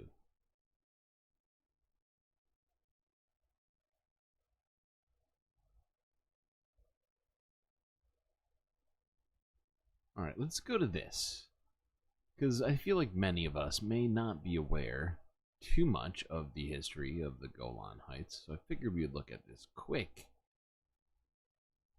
summary of the sort of more modern history of the Golan Heights. This is from TRT World from a day ago. Looks like they also thought maybe we could use some help. This is the Golan Heights, a tiny area that is roughly 1,200 kilometers, 60 kilometers away from Syria's capital Damascus, and bordering Lebanon, Jordan, and Israel. For decades, it's been a battleground of conflict due to its strategic location. Here's its short history. The land was part of Syria until 1967, when Israel invaded it during the Arab-Israeli War. Most of the Syrian Arab inhabitants had to flee, and right after the end of the war, Israelis began to settle in the heights. In 1967, a resolution, UNSCR 242, passed by the UN Security Council, urged Israel to withdraw its troops from the strategic territory, as well as the Sinai Peninsula and the West Bank. Allying with Egypt, Syria tried to take the land back during the 1973 Mid-East War, but failed, mostly due to the US support of Israel. The Council then adopted a new resolution, UNSCR 338 in 1973, and called all parties involved in the war to implement the previously passed UNSCR 242 resolution. Egypt and Israel both signed a truce in 1974, and a UN observer force was deployed. Then in 1981, Israel unilaterally annexed the Golan Heights, a move that was never recognized internationally, thus turning the land into an Israel-occupied area. 3 days after the annexation, the Council declared its resolution UNSCR 497, calling Israeli occupation null and void.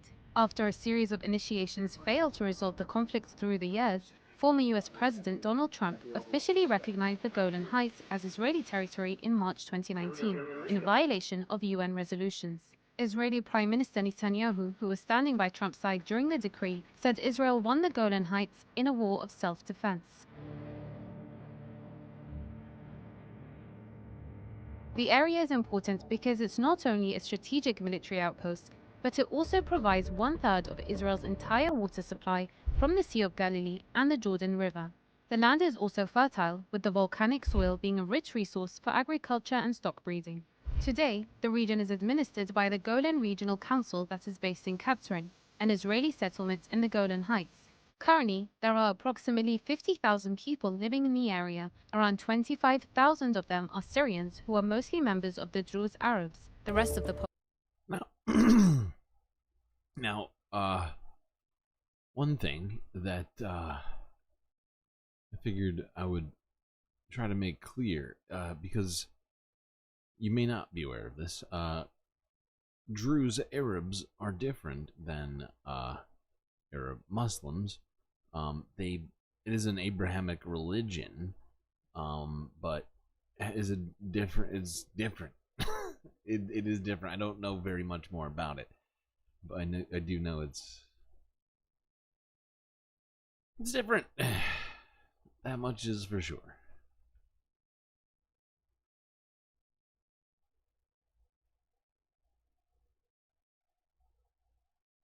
So that's how they got control of the water.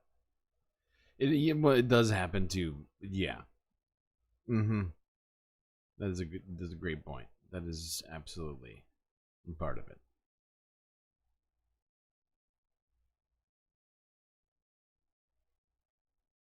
Actually, I'm going to read this off.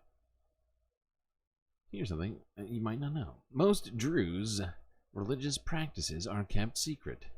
The Druze do not permit outsiders to convert to their religion. Marriage outside the Druze faith is rare and strongly discouraged.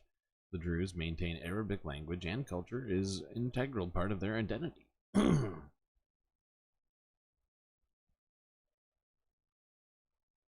Okay. And those are, and I think the reason I'm talking about that is because the area that was hit was, I believe, mostly Druze.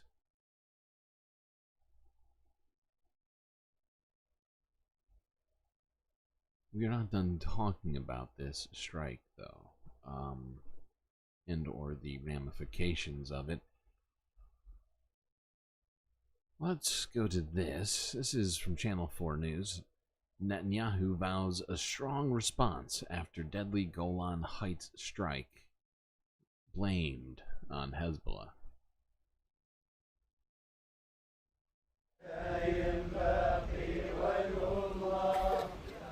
A final goodbye for 11-year-old Guevara, yet another young victim in this old conflict.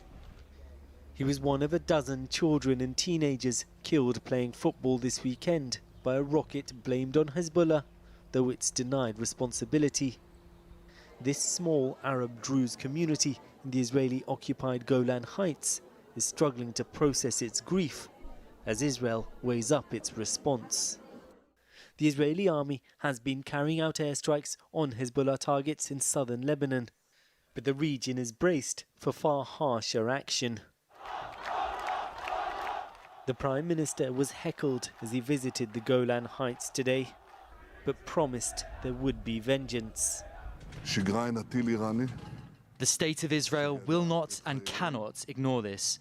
Our response will come, and it will be severe. Israel and Hezbollah have traded thousands of strikes since October, but they've been largely confined to the areas around the de facto border. Around 90,000 people in southern Lebanon and 60,000 in northern Israel have been forced from their homes by the violence. And in Israel, officials have in recent months repeatedly said they're considering using military might to try and push Hezbollah forces back behind the Litani River. Could this latest deadly incident in the occupied Golan Heights be the trigger for an all-out war? I understand that the decision was that we are not going to a full-scale war and that we are going to a kind... Okay, hold on. We're going to keep going. We got a bunch of videos to look at about this. Let's go to Al Jazeera next. Quickly listen to Marwan Bashar here. Netanyahu. Well, Netanyahu, meanwhile, has visited Majd al-Shams in the occupied Golan Heights, where that attack took place. He's vowed that his country's response would be severe. We are embracing the families who are going through this indescribable suffering. These children are our children. I can't keep listening to him talk. You're hearing protesters shouting there, "You're not welcome here," urging Netanyahu to leave the area. And earlier on Sunday, too, mourners there protested against the presence of Israeli ministers at a funeral for the people who were killed on Saturday. Mourners from the minority Druze community were seen berating the far-right finance minister, Bezalel Smotrich, at the site of the rocket attack and asking him to leave. Smotrich responded to the strike on Majd al-Sham, saying that Lebanon as a whole should pay for the attack. Well, let's bring in Marwan Bashar. He's Al Jazeera's senior political analyst. He joins us today on Skype from London. Marwan, the heckling that we've been seeing directed at Netanyahu and his coalition partners has been really remarkable. Can you perhaps break that down for our viewers? How does this particular community feel about Israel and Netanyahu's government?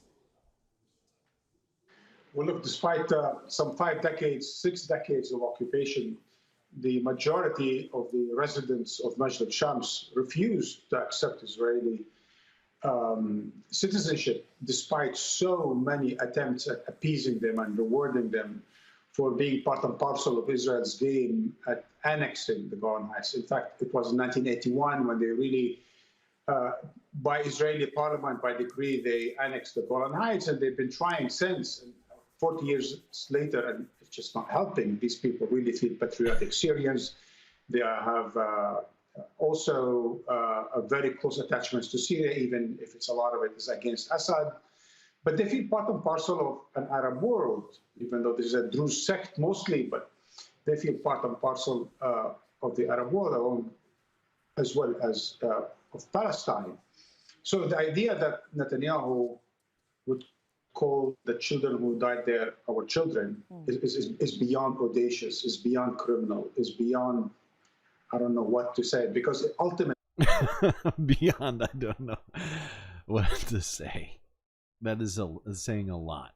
Because I feel like Marwan Bashar always has words for things.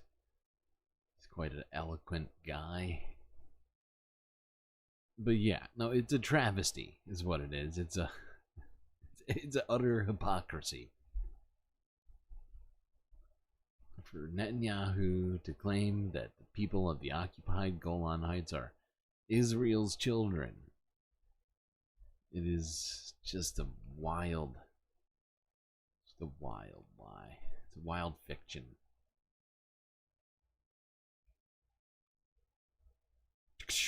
Okay. Let's go to this.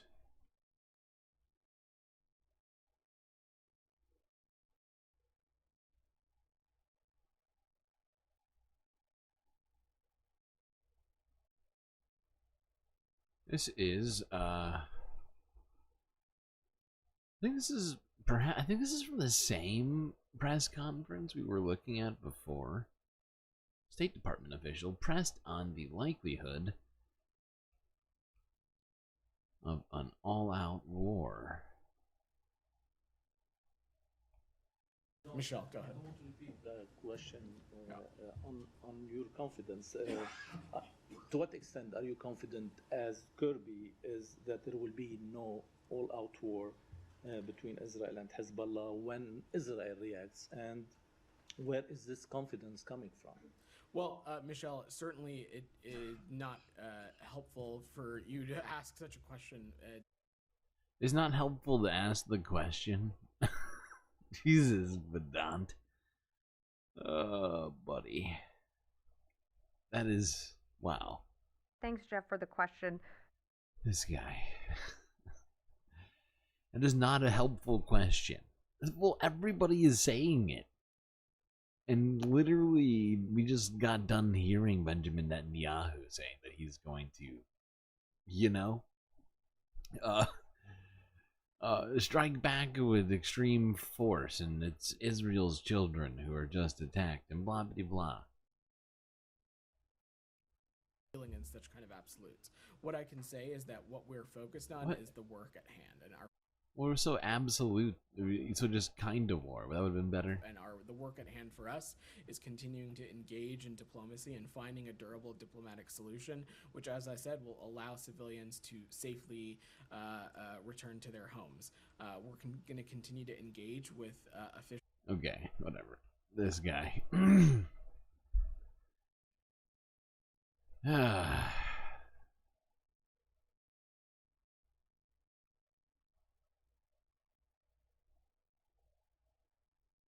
But, yeah, that's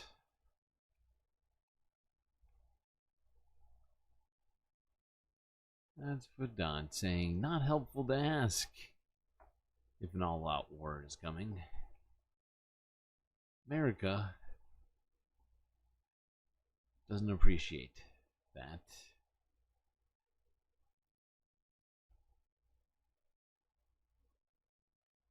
Let's go to this. Democracy Now! From 15 hours ago. They had on somebody by the name of Rami Khoury, who discussed the recent rocket attack in Golan Heights. Oops. This is Democracy Now!, democracynow.org. I'm Amy Goodman. We turn now to the Middle East, where Israel's vowed to retaliate against Hezbollah after blaming the Lebanese group for a rocket attack Saturday in the Israeli-occupied Golan Heights that killed 12 Druze children at a soccer field. Hezbollah has denied responsibility. The attack took place in the village of Majd al-Shams, home to members of the Druze community, an Arab-speaking minority group. Israel claimed the victims were Israeli citizens, though many Druze in the area don't have Israeli citizenship, are in fact Syrian citizens. This is a resident of Majd al-Shams. We are not more precious than children who are killed anywhere else in the country, or than innocent killed in southern Lebanon, or innocent killed in Gaza. Our children are not more precious than them. We are human beings. We live our lives in peace and tranquility. Our wish is that every mother who lost her dearest yesterday was supposed to be able to celebrate their birthday, just like Sarah Netanyahu, who celebrated with her son. We need to strive now to sign a deal and stop this damn war. We want to live. We don't want to die. The deadly attack has further stoked fears of a wider regional war. On Sunday, Israel's Security Cabinet authorized Prime Minister Benjamin Netanyahu and Defense Minister Yoav Gallant to decide on the manner and timing of the military response. Earlier today, Israeli drone attacks reportedly killed 2 people in southern Lebanon. This is Secretary of State Antony Blinken. We're in conversations with the government of Israel. And again, I emphasize its right to defend its citizens and our determination to make sure that they're able to do that. But we also don't want to see the conflict escalate. We don't want to see it spread. While Lebanon is calling for an international probe into the attack, Iran warned Israel against using the attack in Majd al-Shams as a pretext for, quote, any new adventure towards Lebanon, unquote. For more, we go to Boston, where we're joined by Rami Khoury, Palestinian-American journalist, senior public policy fellow at American University of Beirut, also non-resident senior fellow at the Arab Center in Washington. Rami, welcome back to Democracy Now! Talk about the significance of this attack, where it took place, and who died. The significance of it is that it hit a Druze village in the Israeli-occupied Syrian Golan Heights, which has not been an arena for a battle between Lebanese parties, Palestinians, and Israelis. The Druze have kind of stayed out of the Arab-Israeli conflict. The Lebanese Druze are supporting the Palestinians. The Druze in occupied Golan are pretty much on their own, and the Druze who are in Israel from 1948 have become Israeli citizens and serve in the police. So this is a bit unusual, and to have 12 youth playing soccer killed all at once is dramatic for anybody in the world. So the facts of the attack are a little bit more dramatic, but not really much more dramatic than anything that's happened in Gaza over the last 8 or 9 months, where dozens of young kids are killed and babies are beheaded. So there's a problem here that we've had really since the beginning of the Arab-Israeli conflict, which is the imbalance in looking at the suffering of Jews, or Israelis, the suffering of Palestinians and Arabs. And you see it in this situation. The tragedy of young people dying is a universal tragedy. There's no difference between them, as the person just said, you quoted. But we still have a problem here with the political and military confrontation. Israel wants to assert its military strength, that it has power, it will use it. The Americans, as Blinken just said, He stressed Israel's right to self-defense. He didn't stress anybody else's right to self-defense. So this is a really deep structural conflict that's been going on for over half a century. And yeah. And the fact is, Israel clearly has a sort of sliding scale of human suffering and who is most deserving of concern, but they certainly also have a completely fucked view of how they should behave in the region, what justifies their outrage, and how they deal with these things in general. But the thing is that we have to talk about this in a completely different way. I put this at the end intentionally, at least in the discussion as it relates to this recent strike in the Golan Heights, and then Israel's recent attack on Hezbollah targets in Lebanon.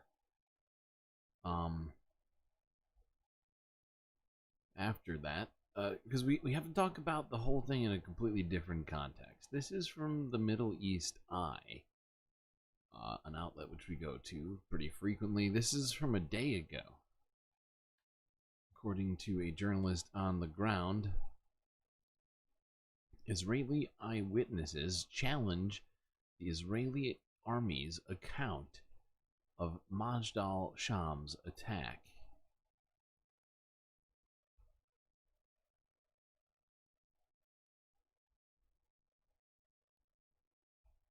أولا أشير خالد إلى حالة من عدم اليقين هم لا يسلمون. Shit. I forgot that this is in Arabic. I have to translate out loud. Firstly, I point out a state of uncertainty. They do not accept the claims of the Israeli army. An Israeli paramedic wearing a Red Star of David shirt told me he heard from eyewitnesses at the scene that the rocket that fell was from an Iron Dome missile. But he did not dare record this interview. I asked him for an interview to document the testimony, but he said he would be imprisoned if he gave me such information or statements. This is one of the testimonies present around. We are now around the stadium where this rocket fell. There's a real state of uncertainty. Some said what we see now is Mount Hermon. Some people say they saw a rocket fired from the Iron Dome. سقط باتجاه from Mount Hermon, falling towards the stadium. أنا سمعتها قبل لحظات من شهود عيان ولكنهم لم يجرؤوا على تسجيل مثل هذه الشهادة. بالتالي بغض النظر عن ما يدعيه جيش الاحتلال الإسرائيلي هنالك حالة من عدم اليقين، حالة من عدم الموثوقية تجاه ما يقوله الجيش الإسرائيلي. الجيش في بيان رسمي يحمل مسؤولية ما يجري لحزب الله، يدعي أن القذيفة الصاروخية التي سقطت هي من قبل حزب الله أطلقت من لبنان، لكن هنا بعض الناس وبعض شهود العيان أو الذين سمعوا من شهود عيان، لأن بالمجمل فرغ المكان من الموجودين، والذي يملك شهادة لا تتسق مع ما يريد الجيش الإسرائيلي سماعه هو عمليا غير موجود في الموقع. نشير إلى حالة من إغلاق في محيط الملعب. يغلق الجيش الإسرائيلي والشرطة الإسرائيلية تغلق محيط الملعب بالشرائط البلاستيكية تمنع الاقتراب. كصحفي طلبنا الوصول إلى داخل الملعب من أجل توثيق ما يجري، رفضوا إدخالنا إلى داخل الملعب. So no outside observers allowed. Okay.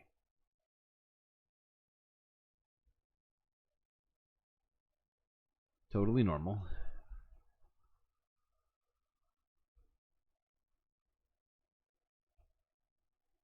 Why would you want the media there to document it. Oh wait, they let the media document all the other stuff that happens in Israel. Just not what happens in Gaza, but then suddenly something happens in a different part of Israel, technically occupied Golan Heights. There are counterclaims out there, and no cameras allowed now. Okay. Alright. Weird. Super weird.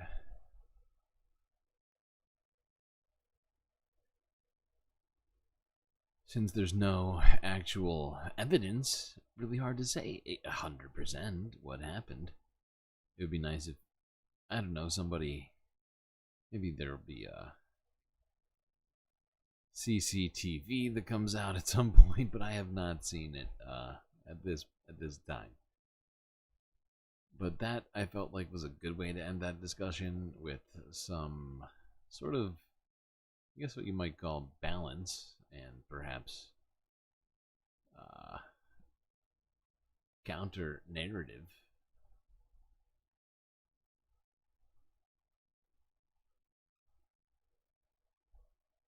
Let's go to this from the Associated Press now, from 13 hours ago.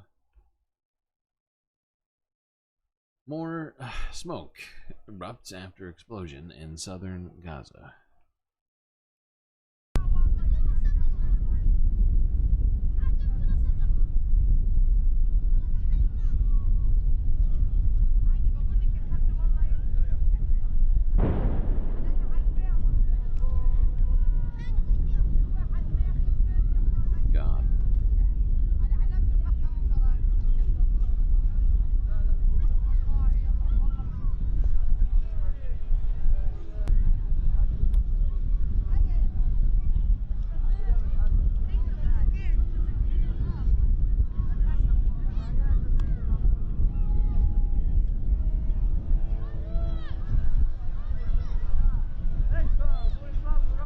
Oh my god, you can hear, that's the sound of the shockwave going over the microphone.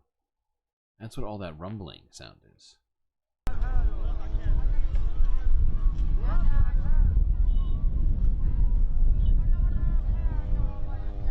At least I think it's what it is.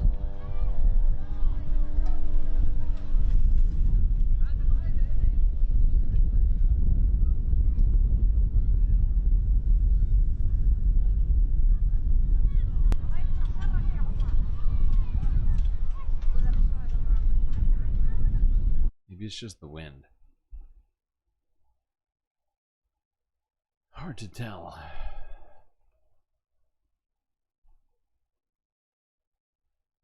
But yeah, Israel continues to break the Olympic truce.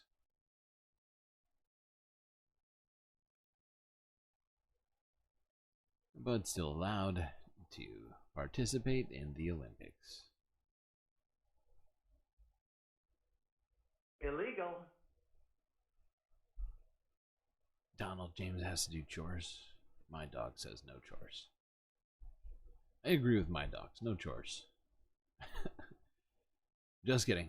Clean up your room. That's what Jordan Peterson would say. This is from 12 Rules for Life.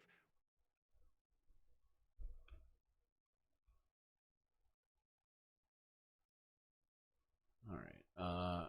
This, I believe, is from a separate strike. This is Channel 4 News. 30 Palestinians killed in in Israeli airstrike on Gaza school.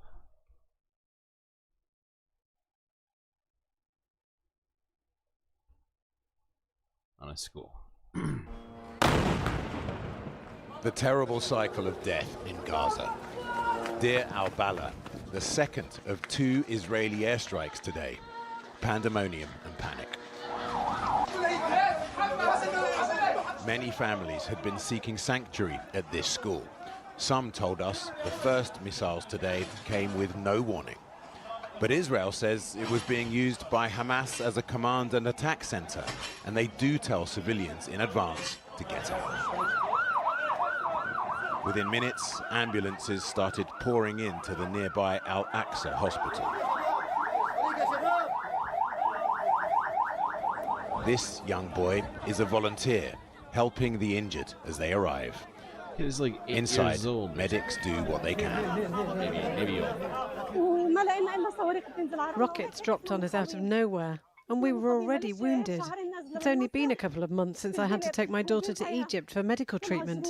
Now she's been hurt again. Just unbelievable. This is horrifying. Why is this? Why and how is this still happening?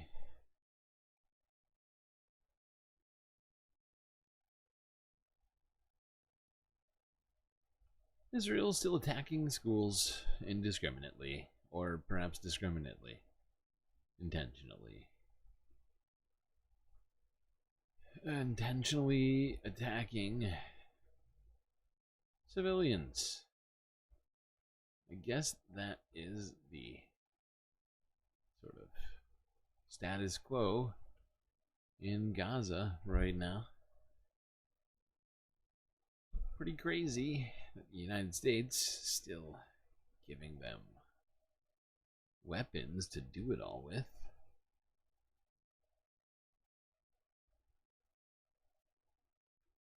Let's go to this. This is the penultimate video of the night. So great job. Great job to all of you for making it this far. This is from Al Jazeera English from 10 hours ago. I'm sorry for this video. Polio epidemic declared in Gaza in latest sign of worsening health crisis.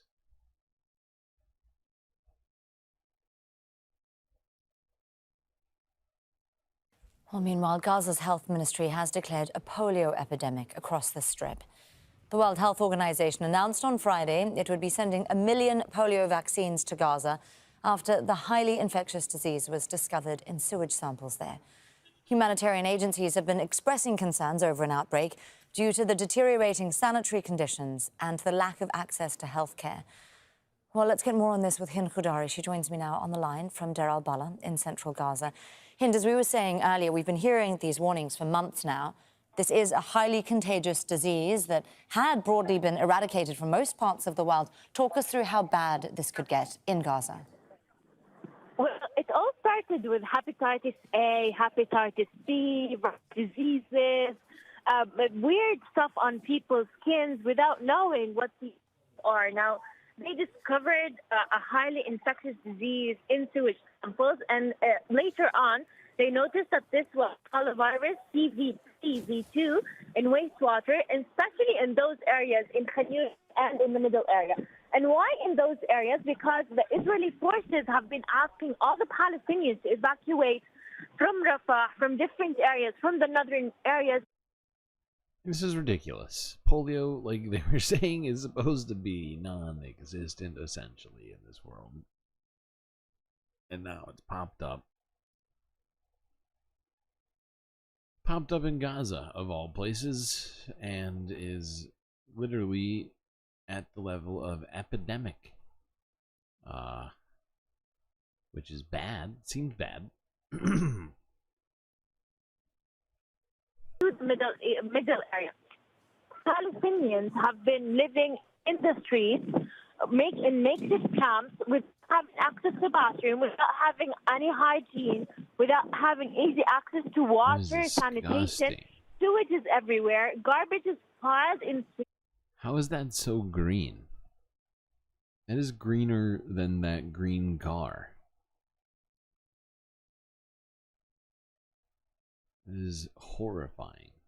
What even is that?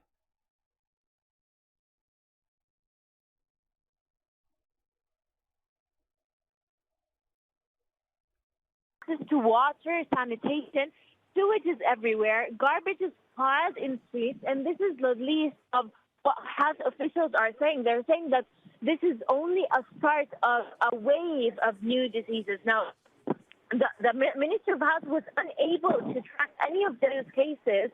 And why? Is because they do not even have the equipment or the tools or the lab supplies to restore those cases. And even if someone was affected with this, they won't even have the ability to treat such cases. Now, since Rafah incursion started and the Israeli forces started taking over the Philadelphia corridor, there has been no medical supplies entering the Gaza Strip. There has been no medicines entering, and it's making the health situation collapse every single day. Now, according to how the officials, they're not only treating people who are injured from Israeli airstrikes, but they're also treating Palestinians with hepatitis A, hepatitis B. Yeah, you don't want the hepatitis also making a sort of not a comeback, but a something of a.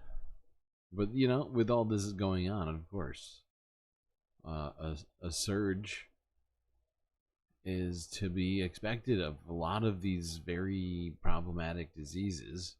You have no sanitation or waste treatment, garbage collection. It's all is horrifying.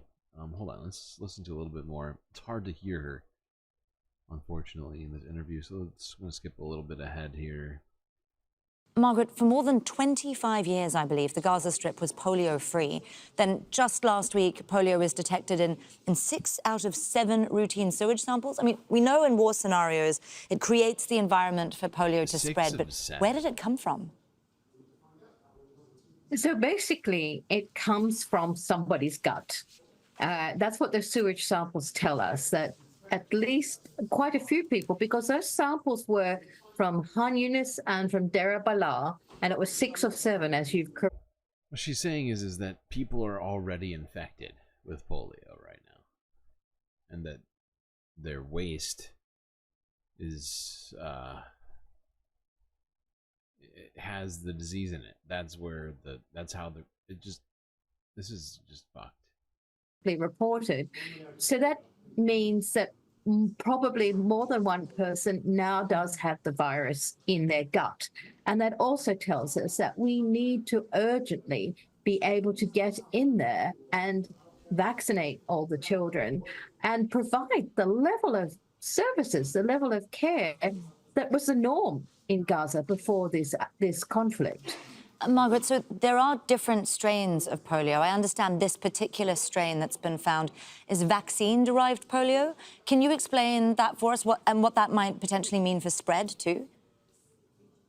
So it's actually a variant that's developed. It originally, a long time ago, was vaccine-derived, but it's managed to get into populations and turn into a variant, just as we saw with COVID. There are many variants, and we have tracked this variant in different parts of the world. And again, wherever we see it pop up, we do a big vaccination response and that usually shuts it down. So that's, again, why the wastewater surveillance is so important.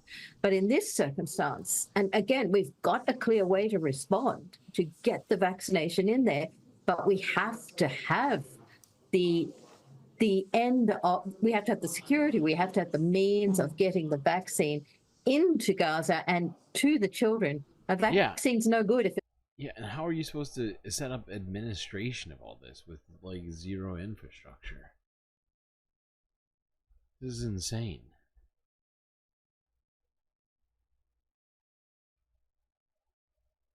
Oh boy, this is just bad. Super fucking bad. All right, let's go to this. This is from Reuters, 12 hours ago. Let's end on this. Gaza farmer aims to revive agriculture in food scarce enclave.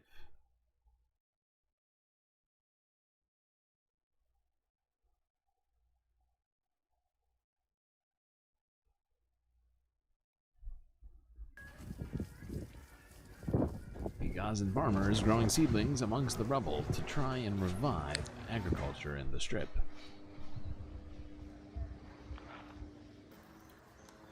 They are sold at low prices to residents as food scarcity grips the war-torn enclave. كنا نعيش أصعب أنواع المجاعة لم يكن أي نوع من المقومات الأساسية التي يمكن أن نعيش the عليها basic necessity كالدقيق that we could live on, such as flour, vegetables, والبعض fruit, الخضروات أو meat, الفواكه أو not اللحوم available. كانت This غير is when the متوفرة. idea of going back to farming فمن هنا came. أتت الفكرة My إنه brother, إحنا who was نقدر also an نرجع نزرع. engineer, and my father, who فأنا وأخوي supported us, المهندس عمرو كمان وأبوي الداعم كان wanted to إنه go back to إنه farming and بدنا return نزرع، to our بدنا نرجع land, للأرض كيف ما no كانت matter the الظروف. circumstances. بالرغم إنه ظروف صعبة Despite the difficult وقصف circumstances, the bombing and direct واستهدافات targeting of مباشرة this place, في هذا المكان أو في الأراضي الزراعية، إلا or in أننا other يعني agricultural lands, we أصرينا insisted على on staying, farming, and producing. Wow. Guy is a hero. It wasn't clear where they left to go and farm. Because of the way that it's being put, it almost sounds like they went from the West Bank to Gaza somehow. Although I feel like it's impossible that could have happened. So I guess maybe they were doing a different kind of business in Gaza and then completely switched to this. I don't know. It's not entirely clear, but this is the sort of thing that is going to get you targeted, probably, as we've been hearing about Palestinian farms being targeted, and but is completely needed in the area, and providing saplings to people to be able to produce food for themselves is a hugely important thing to do.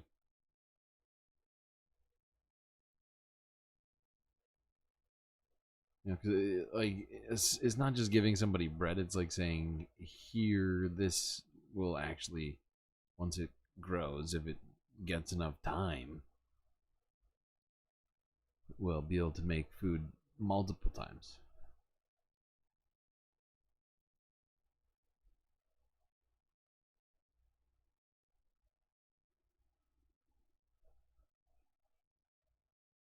The vaccines need to be refrigerated constantly. That is true. That is true. At least I think most do. I don't know about the polio vaccines necessarily.